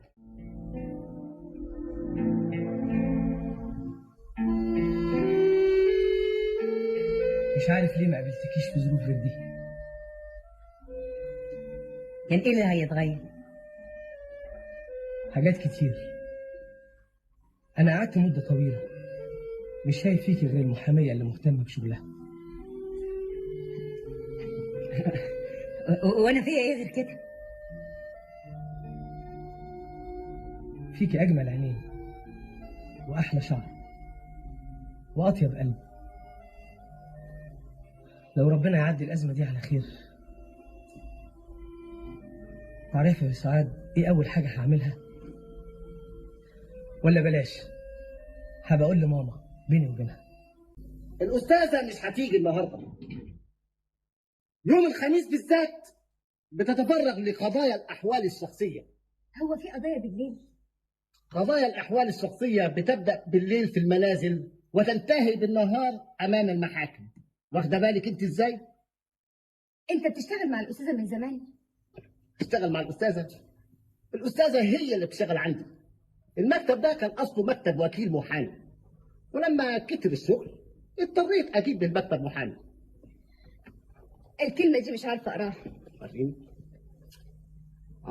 التنفيذ العيني على الحجوزات ده تعبير بيستخدم في القضايا التجارية، واللي جه منه المثل القانوني على عينك يا تاجر. هو أنت تعرف في القانون؟ أعرف في القانون؟ ده ما فيش قضية الأستاذة بتقبلها ولا بتترافع فيها إلا بعد ما تاخد رأيي أنا الأول. طب قلت القضية بتاعت بابا ليه مش عايزين يطلعوه مع إن الضابط رجع في شهادته؟ لابد من مراجعة مستندات القضية قبل الرد على سؤال زي ده. والدك محدد له جلسة أمام رئيس النيابة لتأجيل تنفيذ الحكم والإفراج عنه فورا. ما هو كل مرة بيقولوا كده. لا، المرة دي بقى في حاجة واحدة بس تطمنك، أنا بنفسي اللي هحضر القضية. أنت خايف ليه؟ مسألة التأجيل دي ما فيهاش شك. أنا متفقة مع رئيس النيابة يوم 15 هيتحقق في الطلب ويدي قرار بتأجيل التنفيذ. طب ليه يوم 15؟ ده يبقى قبل الإعدام ب3 أيام. إن شاء الله قبل الإعدام بساعة واحدة. هو هيطلب رشاد؟ في الغالب، وأنا هكون موجودة معاه. أنا كمان لازم أحضر. بصفة إيه؟ إذا طلبوك أنا هديلك خبر. لازم أبقى موجود، عايز أفهمه تاني على يا هشام. أصل بعدها بيومين على طول تنفيذ الإعدام. هشام، إحنا اتفقنا محدش يجيب سيرة رشاد، واللي يجيب سيرته هيدفع جنيه، وأنت من ساعة ما قعدت عمال تجيب سيرته. تسمح بقى تديني 50 جنيه؟ أنا مستعد أدفع حياتي كلها لأي واحد يحل لي المشكلة دي. سيبها على الله، وسعاد بدل حط دماغها في حاجة إن شاء الله هتخلصها. دول كلهم في النيابة والمحكمة بيعملوا حسابها. بس ماليش بخت مع البوليس. البوليس عمره ما هينسالك انك وقفتي معاه. ما تنساش ان انا بعمل شغل، انا الموكله بتاعت رشاد. والله يا ابني ما خدت من القضيه دي قرش واحد اتعاب، وزياده عن كده خدت بنته شغلتها عندها. ربنا يقدرك على فعل الخير. عن اذنكم. متشكر جدا يا فندم، تعبتك معايا وتسلم ايديكي. يا خبر ما تقولش كده. انا مش عارف اقول لك ايه على ال3 ساعات اللي قضيتهم معاكي، خلوني حسيت اني اتولدت من جديد. مع السلامه. الله يسلمك. مسكين الجدع بقى وشه قد كده. انا عارفه الحكايه دي طلعت لكم منين. هيتحرق عشان حكايه رشاد. والله انا خايفه عليه يجرى له حاجه. ربنا معاه. بس هو بقى طاير بيكي، عنده الاستاذه سعاد مفيش كده. ربنا يسهل يا ماما، ورئيس النيابه يوافق على تاجيل التنفيذ. من حق. ها، في عسكري جاب لك ورقه من الاسم. فين؟ بابا يا خبر. دي حاجه روتينيه بيعملوها لما يقرب ميعاد التنفيذ. نختاركم للحضور إلى السجن لإتمام الزيارة الأخيرة للمحكوم عليه بالإعدام رشاد موسى أبو الليل. دي حاجه بيعملها السجن من نفسه، لكن القضيه منظوره يوم 15 قدام رئيس النيابه. أنا شفت الورق ده بنفسي في مكتب الأستاذ سعاد، وراهولي زغلول. تبقي خايفه ليه؟ طب ليه هم يبعتولي كده بدل ناويين يفرجوا عنه؟ بقول لك يا نجوى، السجن حاجه والنيابه حاجه تانية. أنا خايفة تكون بتضحك عليا. انا مسؤول عن رشاد، عايزك تصدقيني. والدك لا يمكن هيجرى له حاجه طول ما انا عايش. أنت وعدتني كتير قبل كده. انا وعدتك انه هيطلع ولسه عندي وعدي. تحب احلف لك بيه علشان تطمني؟ أنا مصدقاك، بس مش عارفة أعمل إيه دلوقتي. تروح الزياره في ميعادها، بس مش عايز رشاد يعرف ان دي الزياره الاخيره. وانت كمان يا نجوى لازم تتاكدي من كده. والله يا اخي انت قلبت المركز بقضيه رشاد دي. ايه بس تاني؟ اشاره هي من النيابه باحضاره من السجن لسماع اقواله يوم 15 الحالي، على ان يكون الحرس برئاسه ضابط. ودي اللي مزعلك؟ ما احنا ما عندناش ضباط. انت عارف سعيد الرشيدي في فرقه تدريبيه، وحسين في اجازه مرضيه، و3 ضباط نبطشيه. اجيب منين ضابط بقى نعينه حرس على رشاد؟ انت هتكركب الدنيا على ايه؟ ان كان على الحراسه اعينها لك من المباحث. بقول لك برئاسه ضابط. اطلع انا يا سيدي، انا والمخبرين بتوعي نتولى العمليه، وانا هقول للمأمور. طبعا، وانت خسران ايه؟ ما انت هتروح طبعا تقابل الحبايب. الاستاذه طبعا هتبقى هناك وهتعزمك تاني على العشاء. يا ريتها ما عزمتني يا اخي، من يوميها نفسي تسدت. امال قعدت تقول لي حمام وفراخ وورق عنب محشي ومش عارف ايه والدربكه دي كلها. انا نفسي نسدت على الاكل اللي انت بتعمله. ده اكل ده يا وليد يا اخويا، اتقي ربنا. يا سلام، بقيت تهزر وتنكد. سبحان الله. انا حاسس ان ربنا هيفرجها. عندي احساس كده ان رشاد هيطلع. خد المحكوم عليه رجعه السجن. التحقيق انتهى على كده. وقرار سيادتك؟ هنختاركم بيه في السجن وفي المركز. يلا انت يا هشام، يلا. المحكوم عليه ما يتحركش من هنا لغايه ما ارجع لكم تاني. حاضر يا فندم. وقررنا حفظ الطلب المقدم من المحكوم عليه رشاد موسى أبو الليل، وتنفيذ حكم الإعدام في موعده الاثنين 18 إبريل. ده مش عدل، ده ظلم. كابتن هشام، أنت ضابط مسؤول، ما يصحش تقول كلام زي ده. أنا هقوله للدنيا كلها، ده بريء. عايزين تشتموه ظلم؟ أنا حاسب كلامك ده في المحضر وحاسبك عليه. فين العدل؟ فين؟ استنى بس يا هشام، احنا طالبين مهله شهر واحد بس قبل ما تحصل غلطه ما تتصلحش. يا كابتن، كل الكلام اللي قلته النهارده مش جديد، مفيش أي حاجة جديدة تبرر تأجيل التنفيذ. طب أسبوع واحد، مش ممكن التنفيذ يبقى على طول كده. محكوم عليه أخذ كل فرص الدفاع، مفيش أي مبرر لتأجيل التنفيذ. قصاص ده حق الله وحق المجتمع. اختر السجن بالقرار ده، وضعت إشارة لمديرية الأمن. يلا يا هشام يلا.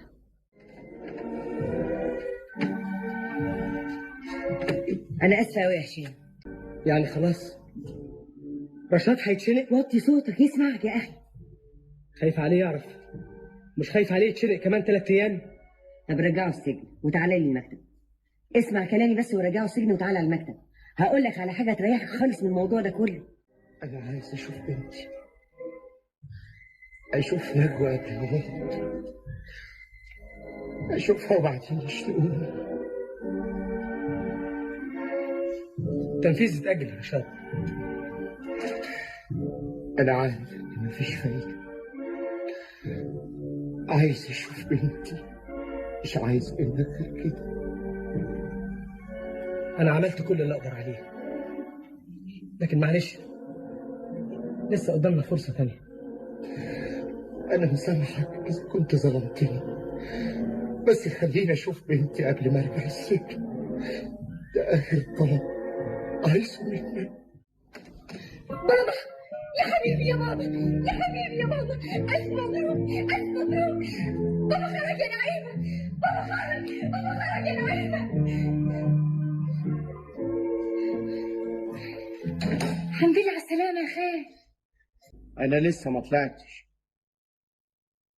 أنا جاي أسلم عليكم وراجع السجن. مش ممكن. يظهر مفيش فايدة يا نجوى، خدي بالك من نفسك. وانت يا نعيمة مش عايز أوصيكي عليها. هي ايه الحكاية؟ بابا مش هيمشي من هنا، بابا مش هيرجع السجن تاني. فكرني خطيب، فكرني خطيب. يلا رشاد، خش غير هدومك. اغير هدومي؟ تنفيذ الإعدام يوم الاثنين، دلوقتي لازم تهرب. يهرب؟ هو عمل ايه عشان يهرب؟ مش وقت الكلام ده يا نجوى. شوفي لي هدوم غير دي، فين هدومي؟ تعالى يا خال اشوف لك كلمة تلبسها. خليه يلبس بسرعة لغاية ما اوزع المخبرين اللي معاه.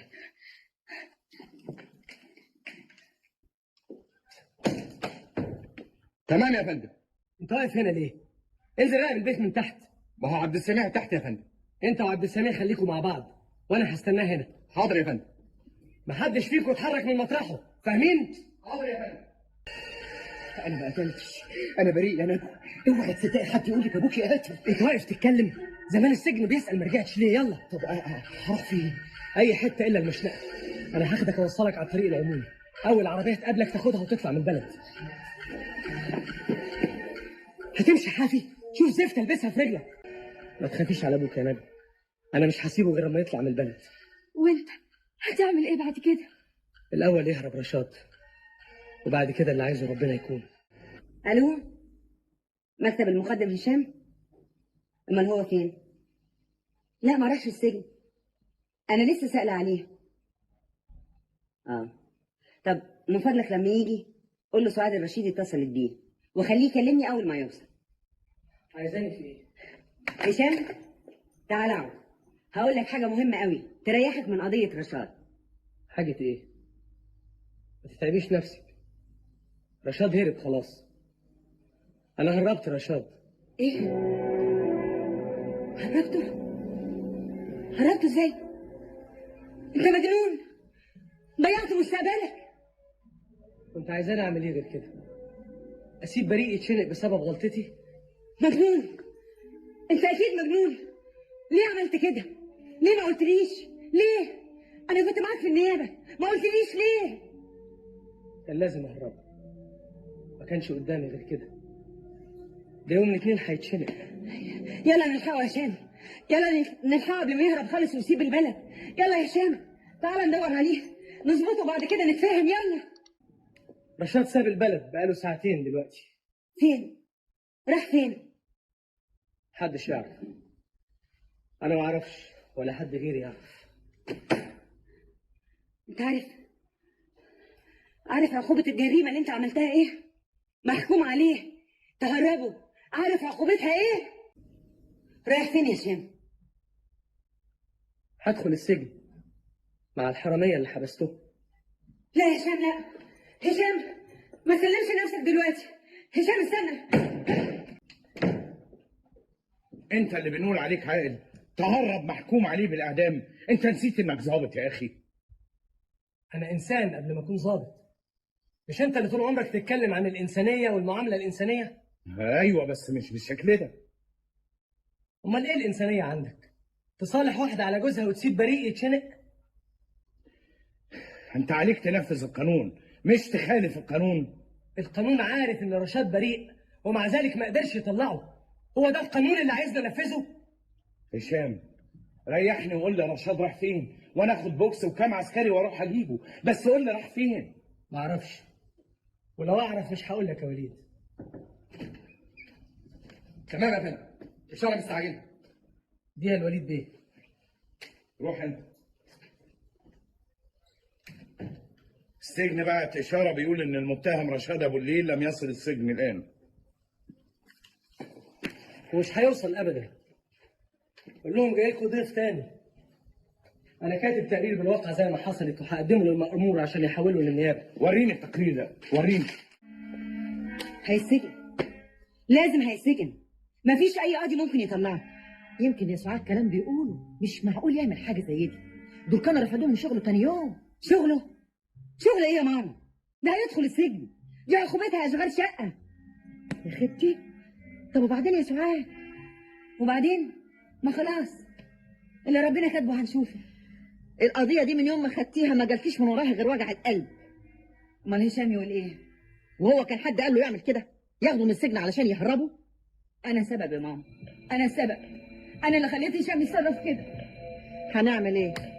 نصيبنا كده، كل ما نقرب لحاجه تطلع لنا فيها حكايه. هشام انتهى يا ماما، انتهى. هيترفد من وظيفته وهيدخل السجن. احتمال كبير قوي يدخل السجن. بس عليك يا هشام، كنت فاكرك فوق طلعت فالصو. فالصو؟ ده طلع راجل. الراجل اللي ما يحافظش على نفسه مستقبله يبقى فالصو. لو ده متجوز وعنده عيال كان عملوا ايه دلوقتي لما لقى ابوهم في السجن؟ كانوا رفعوا راسهم. هشام عمل اللي ما يقدرش اي حد يعمله. الراجل اللي يضحي بمستقبله عشان فكره مؤمن بيها يبقى بطل. سمعاني يا ماما؟ يبقى بطل. انا هقف مع هشام، هدافع عنه وهساعده، هعمل كل اللي اقدر عليه. عايزه تتوكلي عنه ما اقولكيش حاجه، بس بلاش نورط نفسنا لحد ما نشوف الحكايه هترسى على ايه. يا ماما انا مش ممكن ابدا اتخلى عن هشام دلوقتي. انا قلت لك اتخلي عنه. كفايه ضحيت بيه عشان اسرار المهنه.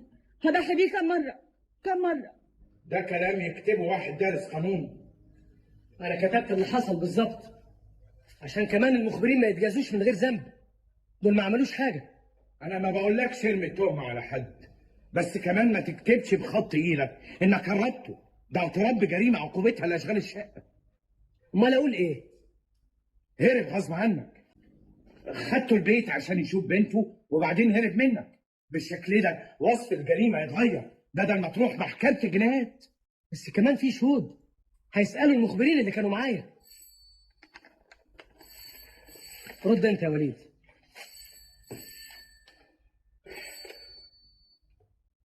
الو. ايوه انا وليد. هشام جنبي اهو. استاذ السعاد. لا لسه، هو عمل تقرير بس لسه ما قدموش. ما انا كنت بناقشه دلوقتي في نقطه قانونيه في التقرير اهو. كلم اخويا. الو. هتشوفي ايه؟ انا كتبت اللي حصل بالظبط. لا ارجوكي بلاش تيجي المركز. حاضر، هبقى اوريك التقرير. خلاص هوريك التقرير قبل ما اقدمه. حاضر هجيبه واجيلك دلوقتي. انا عايز اخلص بقى من الحكايه دي، مش كل شويه تطلعوا لي بحاجه جديده. طب اعمل ايه؟ ما حدش يكتب الكلام ده بخط ايده. مش ده اللي حصل؟ وبعدين لو كتبت حاجه تانية ما هم هيسالوا المخبرين اللي كانوا معايا ويعرفوا ان انا غيرت اماكنهم مخصوص عشان يبعدوا عن باب الشقه. نقول لهم ما تقولوش. ابقى ظابط واقول له المخبر بتاعي يكذب عشان يطلعني واحرمه من حقه في انه يدافع عن نفسه. وفي الاخر الحقيقه هتتعرف، لازم هتتعرف. حتى لو اتعرفت الحقيقه ما تبقاش بخط ايدك. انت ايه هتفضل لحد امتى مندفع؟ فكر مره واحده بعقلك. انا بكلمك دلوقتي بصفتي محاميه، عارفه الكلام ده هيبقى واقع ايه على المحكمه؟ ما كتفش المحامي اللي هيدافع عنك، سيب له فرصه يدافع عنك. يعني انا عايز ادخل السجن، عايز اضيع نفسي اكتر من كده؟ لا طبعا، بس انا مش عارفه انت مستعجل قوي ليه عشان تسلم نفسك؟ استنى شويه. امال عايز انا اهرب يا سعاد؟ هبقى انا ورشاد. انا ما قلتلكش تهرب، انا بقول نستنى كام يوم لحد ما نفكر بعقل ونهدى. المساله خطر، ده عقوبتها اشغال شقه. يا هشام اسمع كلامي مره واحده، دي جنايه. طب ايه اللي اقدر اعمله؟ جيب الرشاد وسلم نفسك. اجيبه منين؟ واجيبه ليه؟ ده انا اللي مهربه. طب بلاش رشاد، اثبت ان عطوه هو اللي قاتل. انت مش مقتنع بكده؟ طبعا. لو سلمت نفسك هتضيع الحقيقه، محدش هيدور عليها. لازم تفضل بره عشان تثبت الحقيقه، وبعد كده يا سيدي سلم نفسك. مفيش فايده. اديني انا كمان فرصه اقدر ادافع عنك. انا لازم ادرس موقفك ايه. مش ممكن حد ابدا يكتب تقرير بالشكل ده كلام واحد مش حاسس بيعمل ايه وبيقول ايه. مفيش فايده يا سعاد، انا كده ولا كده مفيش قدامي غير السجن. هشام انت مش هتتسجن. استني يا ماما، ما تفتحيش الباب. مش ممكن يعرفها، مش معقول يكون وليد بلغ عني. تعالى نخش يا ابني جوه نشوف الحكايه ايه. اسمع اطلع في اوضه فوق في السطح، وري له السكه يا ماما، ما تنزلش غير لما انا اجيلك. بسرعه يلا. ايوه اهلا. السلام عليكم. وعليكم السلام. هو هشام فين؟ هو كان هنا من ربع ساعه ونزل. ده ما جاش المركز، يبقى راح فين؟ يمكن فات على البيت يجيب حاجاته. طب لو سمحتي، لو جه او اتصل بيكي خليه يسلم نفسه على طول. طبعا. السلام عليكم.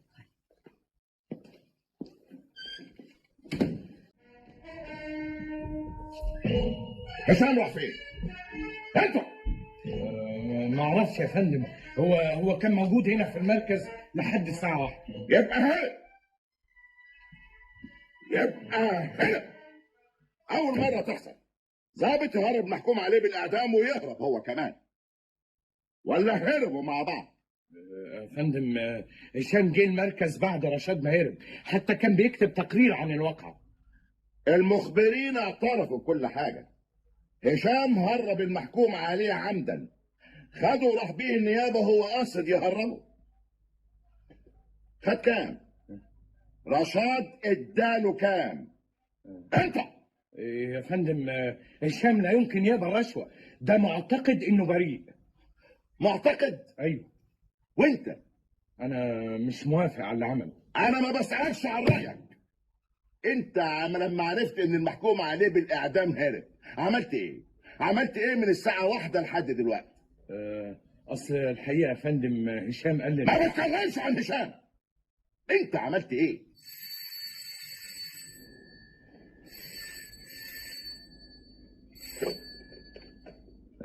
الو.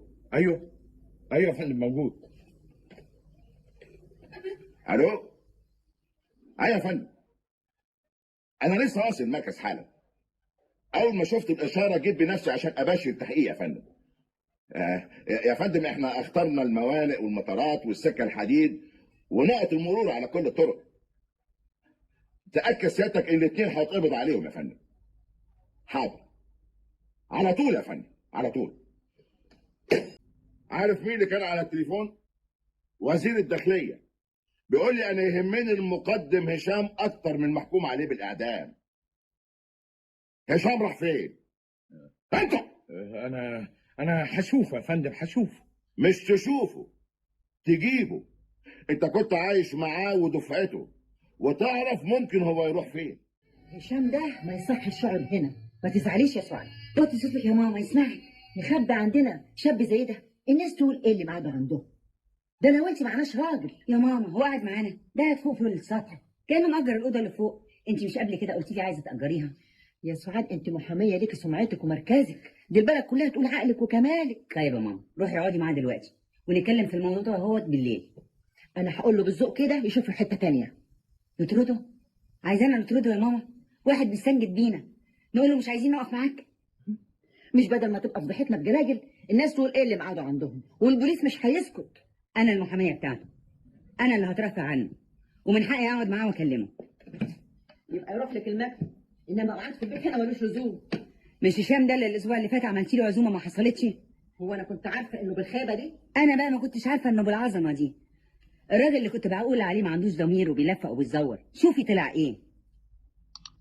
طلع هربان والبوليس بيدور عليه. مالك يا هشام؟ انت متضايق عشان قاعد في الاوضه اللي فوق؟ معلش، فتره مؤقته لحد الحاله ما تهدى. وبعدين هنلاقي حل. ايه هو الحل؟ تظبط رشاد. تاني يا سعاد؟ رشاد لو البوليس ظبطه انا ههربه تاني. يا هشام اسمع كلامي مره واحده. اذا كان ده كلامك يبقى نوفر اللي احنا فيه واروح اسلم نفسي. انت هربت خلاص وبلغوا عنك، وما دام ابتديت حاجه لازم تكملها. لامتى يا سعاد؟ ليه تحطيني في وضع زي ده؟ ليه تشوري عليا بحاجه زي دي؟ وليد راخر كنت هقدم التقرير، قاعد يقول لي عمد وخطأ لحد ما ضيعت الفرصه. السجن مش فرصه عشان تندم عليها. انا عملت جريمه ومعترف بيها، اهرب ليه؟ انت ما عملتش جريمه، انت امنت بفكره وضحيت عشانها. اللي يعمل كده ما يصحش انه يهرب. لحد ما تصلح موقفك. انا مش هجيب رشاد، دي حاجه بعيد قوي. خلاص تثبت ان عطوه هو اللي قاتل. انت لو اتفرغت اسبوع للموضوع ده هتجيب نتيجه، وساعتها موقفك هيتغير خالص. هيعرفوا قد ايه انت خدمت العداله، وساعتها لما تسلم نفسك هيكافئوك مش هيجازوك.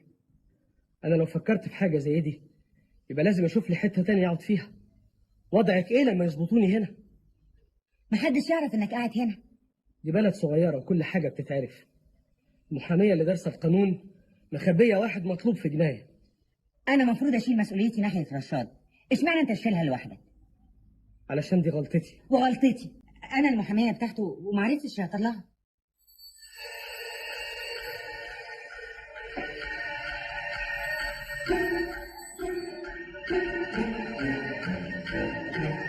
هنفضل عايشين في الحال ده امتى؟ استني بس يا ماما.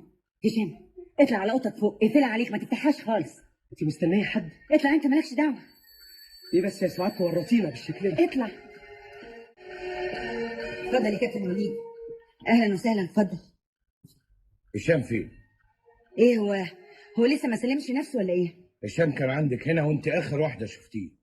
ايوه انا قلت له على وجهه نظري وهو نزل من عندي عشان يسلم نفسه في المركز. ما راحش المركز، هرب والدنيا مقلوبه عليه. غريبه قوي. من مصلحته يسلم نفسه، من مصلحتنا كلنا. ارجوكي قولي لي على مكانه. انا ما اعرفش. كفايه عليه انه غلط غلطه، ما نسيبهوش يمشي في الغلط على طول. حضرتك بتكلمني كاني مسؤوله عنه. انا قلت لحضرتك قاعد ربع ساعه ونزل على طول. ممكن افتش الشقه؟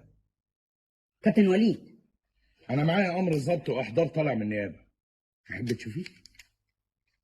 اتفضل فتش الشقه، بس مش هتلاقي حد. جالك كلامي ولسه يا ما هنشوف. ليه خلع رشاد. ايوه انا مسؤول يا سعد. مبروك الافراج، الف مبروك يا سعد. وطي صوتك. ده طلع افراج يا اولاد. ده لازم اسمع العزبه كلها. يا ابو اسماعيل يا ام سليم، ده طلع افراج. اخلص خالص، اوعى حد يسمع صوتك. فاهم يعني ايه؟ يا خال حصل ايه؟ قول له انت حاجه تزعل. وطي صوتك، اوعى حد يعرف ان انا هنا. مش عشان يعرفوا انك طلعت براءه. انا ما طلعتش براءه، انا هربت يا سعد. ايوه هربت، بدل ما يشنقوني ظلم. شوف لي اي حاجه كلها، انا هموت من الجوع. ما تتحرك كده بدل ما انت واقف تبص لي. انا عايز اكل اي لقمه، ان شاء الله اعيش حاف. هقعد هنا في البلد فوق في المدافن، هشوف اي تربه اتوه فيها. استغفر الله، هتدفن نفسك بالحياه؟ مش احسن ما ادفن نفسي بالموت؟ ده اعدام يا سعد. ايوه بس هتعرف تعيش ازاي كده؟ عن كل كام يوم افوت عليك هنا اخد لقمتي وميتي. اديني الكلابيه دي يا سعد. ايوه بس مش تستنى شويه لما اوضب لك لقمه زي الناس؟ بكره ولا بعده افوت عليك زي دلوقتي كده تكون الناس نامت. اسمع يا سعد، انا عايز حد يقول لي نجوى ان انا كويس. انا اروح لها بكره اطمنها عليك وارد اخر النهار. طول عمرك تجيب لي الاخبار الكويسه، وعمره ما نابوا منكم حاجه كويسه. انت هتشوف بابا تاني امتى؟ يمكن الليله ولا بكره. انا اول ما ارجع هوضب له الاكل يطب في اي وقت يلاقيه جاهز. ما انا عارفاك هتندر على شويه وتضطر تذبحهم واحده ورا الثانيه. ترى يا نعيم، يعني اول ما شفت خالي قدامي كان هين عليا اذبح عجل جاموس. طول عمرك اصيل. اوعى تذبح العتاق اللي بتبيض. نعيمه نعيمه بلاش الكلام ده بقى. ما انت عملتها قبل كده، مش بعت 9 قراريط اللي على المصرف عدل؟ هو انا انساها لك العمر؟ كنت عايزه اعمل اكل تاخده لبابا معاك. الاكل موجود في الدار، ما تتعبيش روحك. اديله دي، نسيت اديها له مكان هنا. وابوك عايز الدهب يعمل به ايه؟ ابوك محتاج لقمه ياكلها. علشان خاطري يا سعد بيعها واديله حقها علشان خاطري. ماشي كلام. وقول له يخلي باله من روحه، وقول له كمان انا نفسي اشوف. ان شاء الله اما الحكايه تهدى شويه ابقى اجي اخدك معايا تشوفيه. يا ريت. وهي حكايه زي دي هتهدى؟ ده المخبرين 3 مرات يفتشوا البيت. اوعى حد يمشي وراك وانت خارج من هنا. مفيش. وعلى فكره خلي رشاد موصيني جامد قوي، هو حد منكم يجيب سيرته هو فين؟ طبعا طبعا. مع السلامه. سعد مفيش زيه في الدنيا كلها. ايوه، عشان كده فركشت الجوازه بعد ما عزم الناس وخليته رقبته قد كده قدام العزبه كلتها. بكره كل حاجه تتصلح. انا مبسوطه قوي انها اطمنت على بابا، بس عايزه اطمن على هشام. اروح للاستاذه سعاد، هي اكيد تعرف هم عملوا فيه ايه. مالك انت بالموضوع ده؟ مش اللي حصل ده عشان خاطر بابا؟ برضه ما كانش لازم تروح المركز وتسالي عليه. الناس تقول ايه؟ حضرتك زعلانه قوي كده ليه؟ علشان سايبه المكتب بقالك 3 ايام من غير اذن. ايه الشغل ده هو ملوش احترام؟ ما انت عارفه الظروف اللي كنا فيها. تستأذني يا نجوى. يا نجوى، انا بقول الكلام ده هو عشان مصلحتك. انت بعد كده هتروحي تشتغلي في حته تانية، لازم تتعلمي من دلوقتي اصول الشغل. انا اسفه قوي، كان لازم استأذن. ان شاء الله مش هتتكرر. بابا اخباره ايه؟ كويس. بعت لكم حد؟ قابل واحد بالصدفه وبيقول انه كويس. قابله فين؟ مش عارفه. ما قالكوش قابله فين؟ افتكر في موقف التاكسات بتاعت شربين. بابا كان بياخد تاكسي ومسافر. مسافر فين؟ انا اصلي عايزه اطمن عليه. معرفش، ولا الراجل اللي بعته لنا يعرف. هيبعت لكم تاني. بيقولي لي اصل في كده اشكال قانوني كنت عايزاه يمضي عليه. انا مضي بتالي. لا معلش، انا عايزه اعرف هو فين. انت طبعا عارفه انا بحب رشاد قد ايه، وانا المحاميه بتاعته محدش قد يخاف عليه. وهي معقول هتقول لك وجايز ما تعرفش؟ جايز يا ماما. على كل حال انا قلت الزغلولي جرجرها في الكلام. احنا كان مالنا بده كله يا سعاد؟ يا ماما لو عرفنا مكان رشاد المشكله هتتحل. هقول لهشام يقبض عليه ويسلمه، بعد كده ياخد جزاء خفيف ويرجع الشغل تاني. انت لسه ما خلصتيش الصينيه؟ والله الحكايه كل مالها بتتلخبط اكتر. انا عايزه اعرف ايه بس اللي مزعلك؟ اللي بتعمليه ده يا سعاد. انت كان مالك تقولوا له اهرب وبعدين تعرفيه فوق عندنا؟ انت قلت ليله ولا 2. يا ماما انا ما اقدرش اتخلى عنه. هشام انا مسؤوله عن اللي عمله. في حاجات كان لازم اقولها له خبيتها عنه. لو كان عارفها كان الوضع اتغير. انا ما اعرفش الكلام ده. اقعدوا في البيت هنا ملوش لزوم. انتوا تقولوا له بالذوق كده يشوف حته تانية. يعني هو يقعد هنا على طول؟ اهو فتره مؤقته لحد ما نلاقي رشاد. يا ايه يا ماما انت ما حطيتيش زبده ليه؟ ما فيش زبده. طب من فضلك يا ماما، هو ما بيحبش العيش ده، ابقي هاتي له من العيش التاني. انت برضه اللي هتودي له الصينيه؟ وفيها ايه بس يا ماما؟ فيها انه راجل. يا ماما انا محاميه وبقعد مع رجاله كتير وبتكلم معاهم، مش معنى ده يعني. زي ما انت عايزه. مين؟ انا سعاد يا هشام. صباح الخير. صباح الخير. ايه مستني حد تاني؟ ليه ما سبتنيش اسلم نفسي؟ تاني؟ احنا اتكلمنا في الحكايه دي 20 مره. روبي كان لازمته ايه؟ احنا ممكن نحل المشكله بطريقه تانية. نجيب رشاد ونسلمه. سيبك من حكايه اجيب رشاد. انا ما اعرفش رشاد فين. انا هعرف. هو بعت واحد لنجوى ولازم هيبعت لها تاني. انا مش عايز اسلم رشاد، وعشان احل مشكلتي ارجعه المشنقه. اما تضيع نفسك عشان حاجه ما تستاهلش. ما تستاهلش ليه؟ رشاد مش بريء؟ طبعا. طب ليه عايزين ارجعه المشنقه؟ صعبان عليا وخايفه عليك. انا مش ندمان ان رشاد هرب، انا نادم على اني ما سلمتش نفسي. تصوري لما وليد يجي يفتش بيتك عشان يدور عليا. ما هو في الاخر ما قدرش يوصل لك. الوزاره مش هتسكت، هيقلبوا الدنيا عليا. شكلي ايه لما مخبر من بتوعي يجي يقبض عليا؟ يبقى شكلي ايه؟ يا سلام، هو حد يقدر يجي جنبك؟ اللي سمعته ان رشاد اداله 8 سبايك دهب. منين يا اسماعيل؟ هو رشاد حيلته حاجه؟ ما هو رشاد بعد ما قتل فتحي سرق السبايك الدهب من بيته وقسمهم مع الضابط هشام. هذه الشائعه لا اساس لها من الصحه، لان هشام سبق وعلن عن شهادته امام المحكمه لتبرئه رشاد. واخد بالك انت ازاي؟ ما هو الاول خد حاجه على انه يرجع في شهادته، لما ما نفعتش الحكايه قسم معاه الذهب وهربه. طب ايه رايك بقى ان الضابط هشام مش بتاع الحاجات دي؟ ده عمل الحكايه دي كلها مجدعه. مجدعة ايه؟ ده لا عنده ذمه ولا ضمير. ده جابني من كام يوم وعايز يدخلنا انا وعطوه في قتل فتحي وجه يفتش البيت عندي. قول كده بقى، ده اللي حرقك من ناحيته. ده انتوا كنتوا صحاب قوي. امثالك انت من ارباب السوابق يرتكبوا مختلف انواع الجرائم. الضابط معذور في اتهامك. ضابط؟ هو بقى ضابط؟ دول بيدوروا عليه في كل حته، واول ما يقفشوه على السجن عدل. الضابط هشام لا يمكن يدخل السجن، لان الاستاذه نفسها هي اللي هتتولى الدفاع عنه. يبقى هياخد اعدام زي رشاد. وانت شمتان ليه يا اسماعيل؟ ولا لما البقره وقعت كترت سكاكينها؟ على الاول الاثنين لحد دلوقتي ما انقبضش عليهم. يا فندم انا ماليش دعوه برشاد، سيادتك ما كلفتنيش ادور عليه. وهشام ما جبتوش ليه؟ انا طلعت امر ضبط واحضار من النيابه وبقالي يومين بفتش عليه. الظاهر يا فندم انه ساب البلد. بمساعدتك طبعا. وده معقول يا فندم؟ انا حبيت اديلك فرصه علشان تصلح موقفك، لكن الظاهر ما انتش عايز.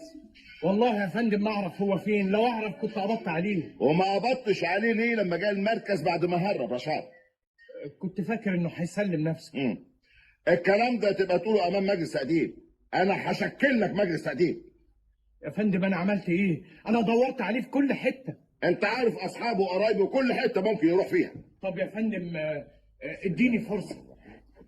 يوم كمان، بعد كده اعتبر نفسك موقوف عن العمل. وانا اعمل لك ايه؟ انت عارفه هشام فين؟ انا مصلحتي ايه اخبي عليك؟ انت فتشت البيت، روح فتش تاني. يا استاذه ارجوك تساعدينا. بعد ما جالك البيت قال لك هو رايح فين؟ ده لمصلحته ومصلحتك انت. افندم،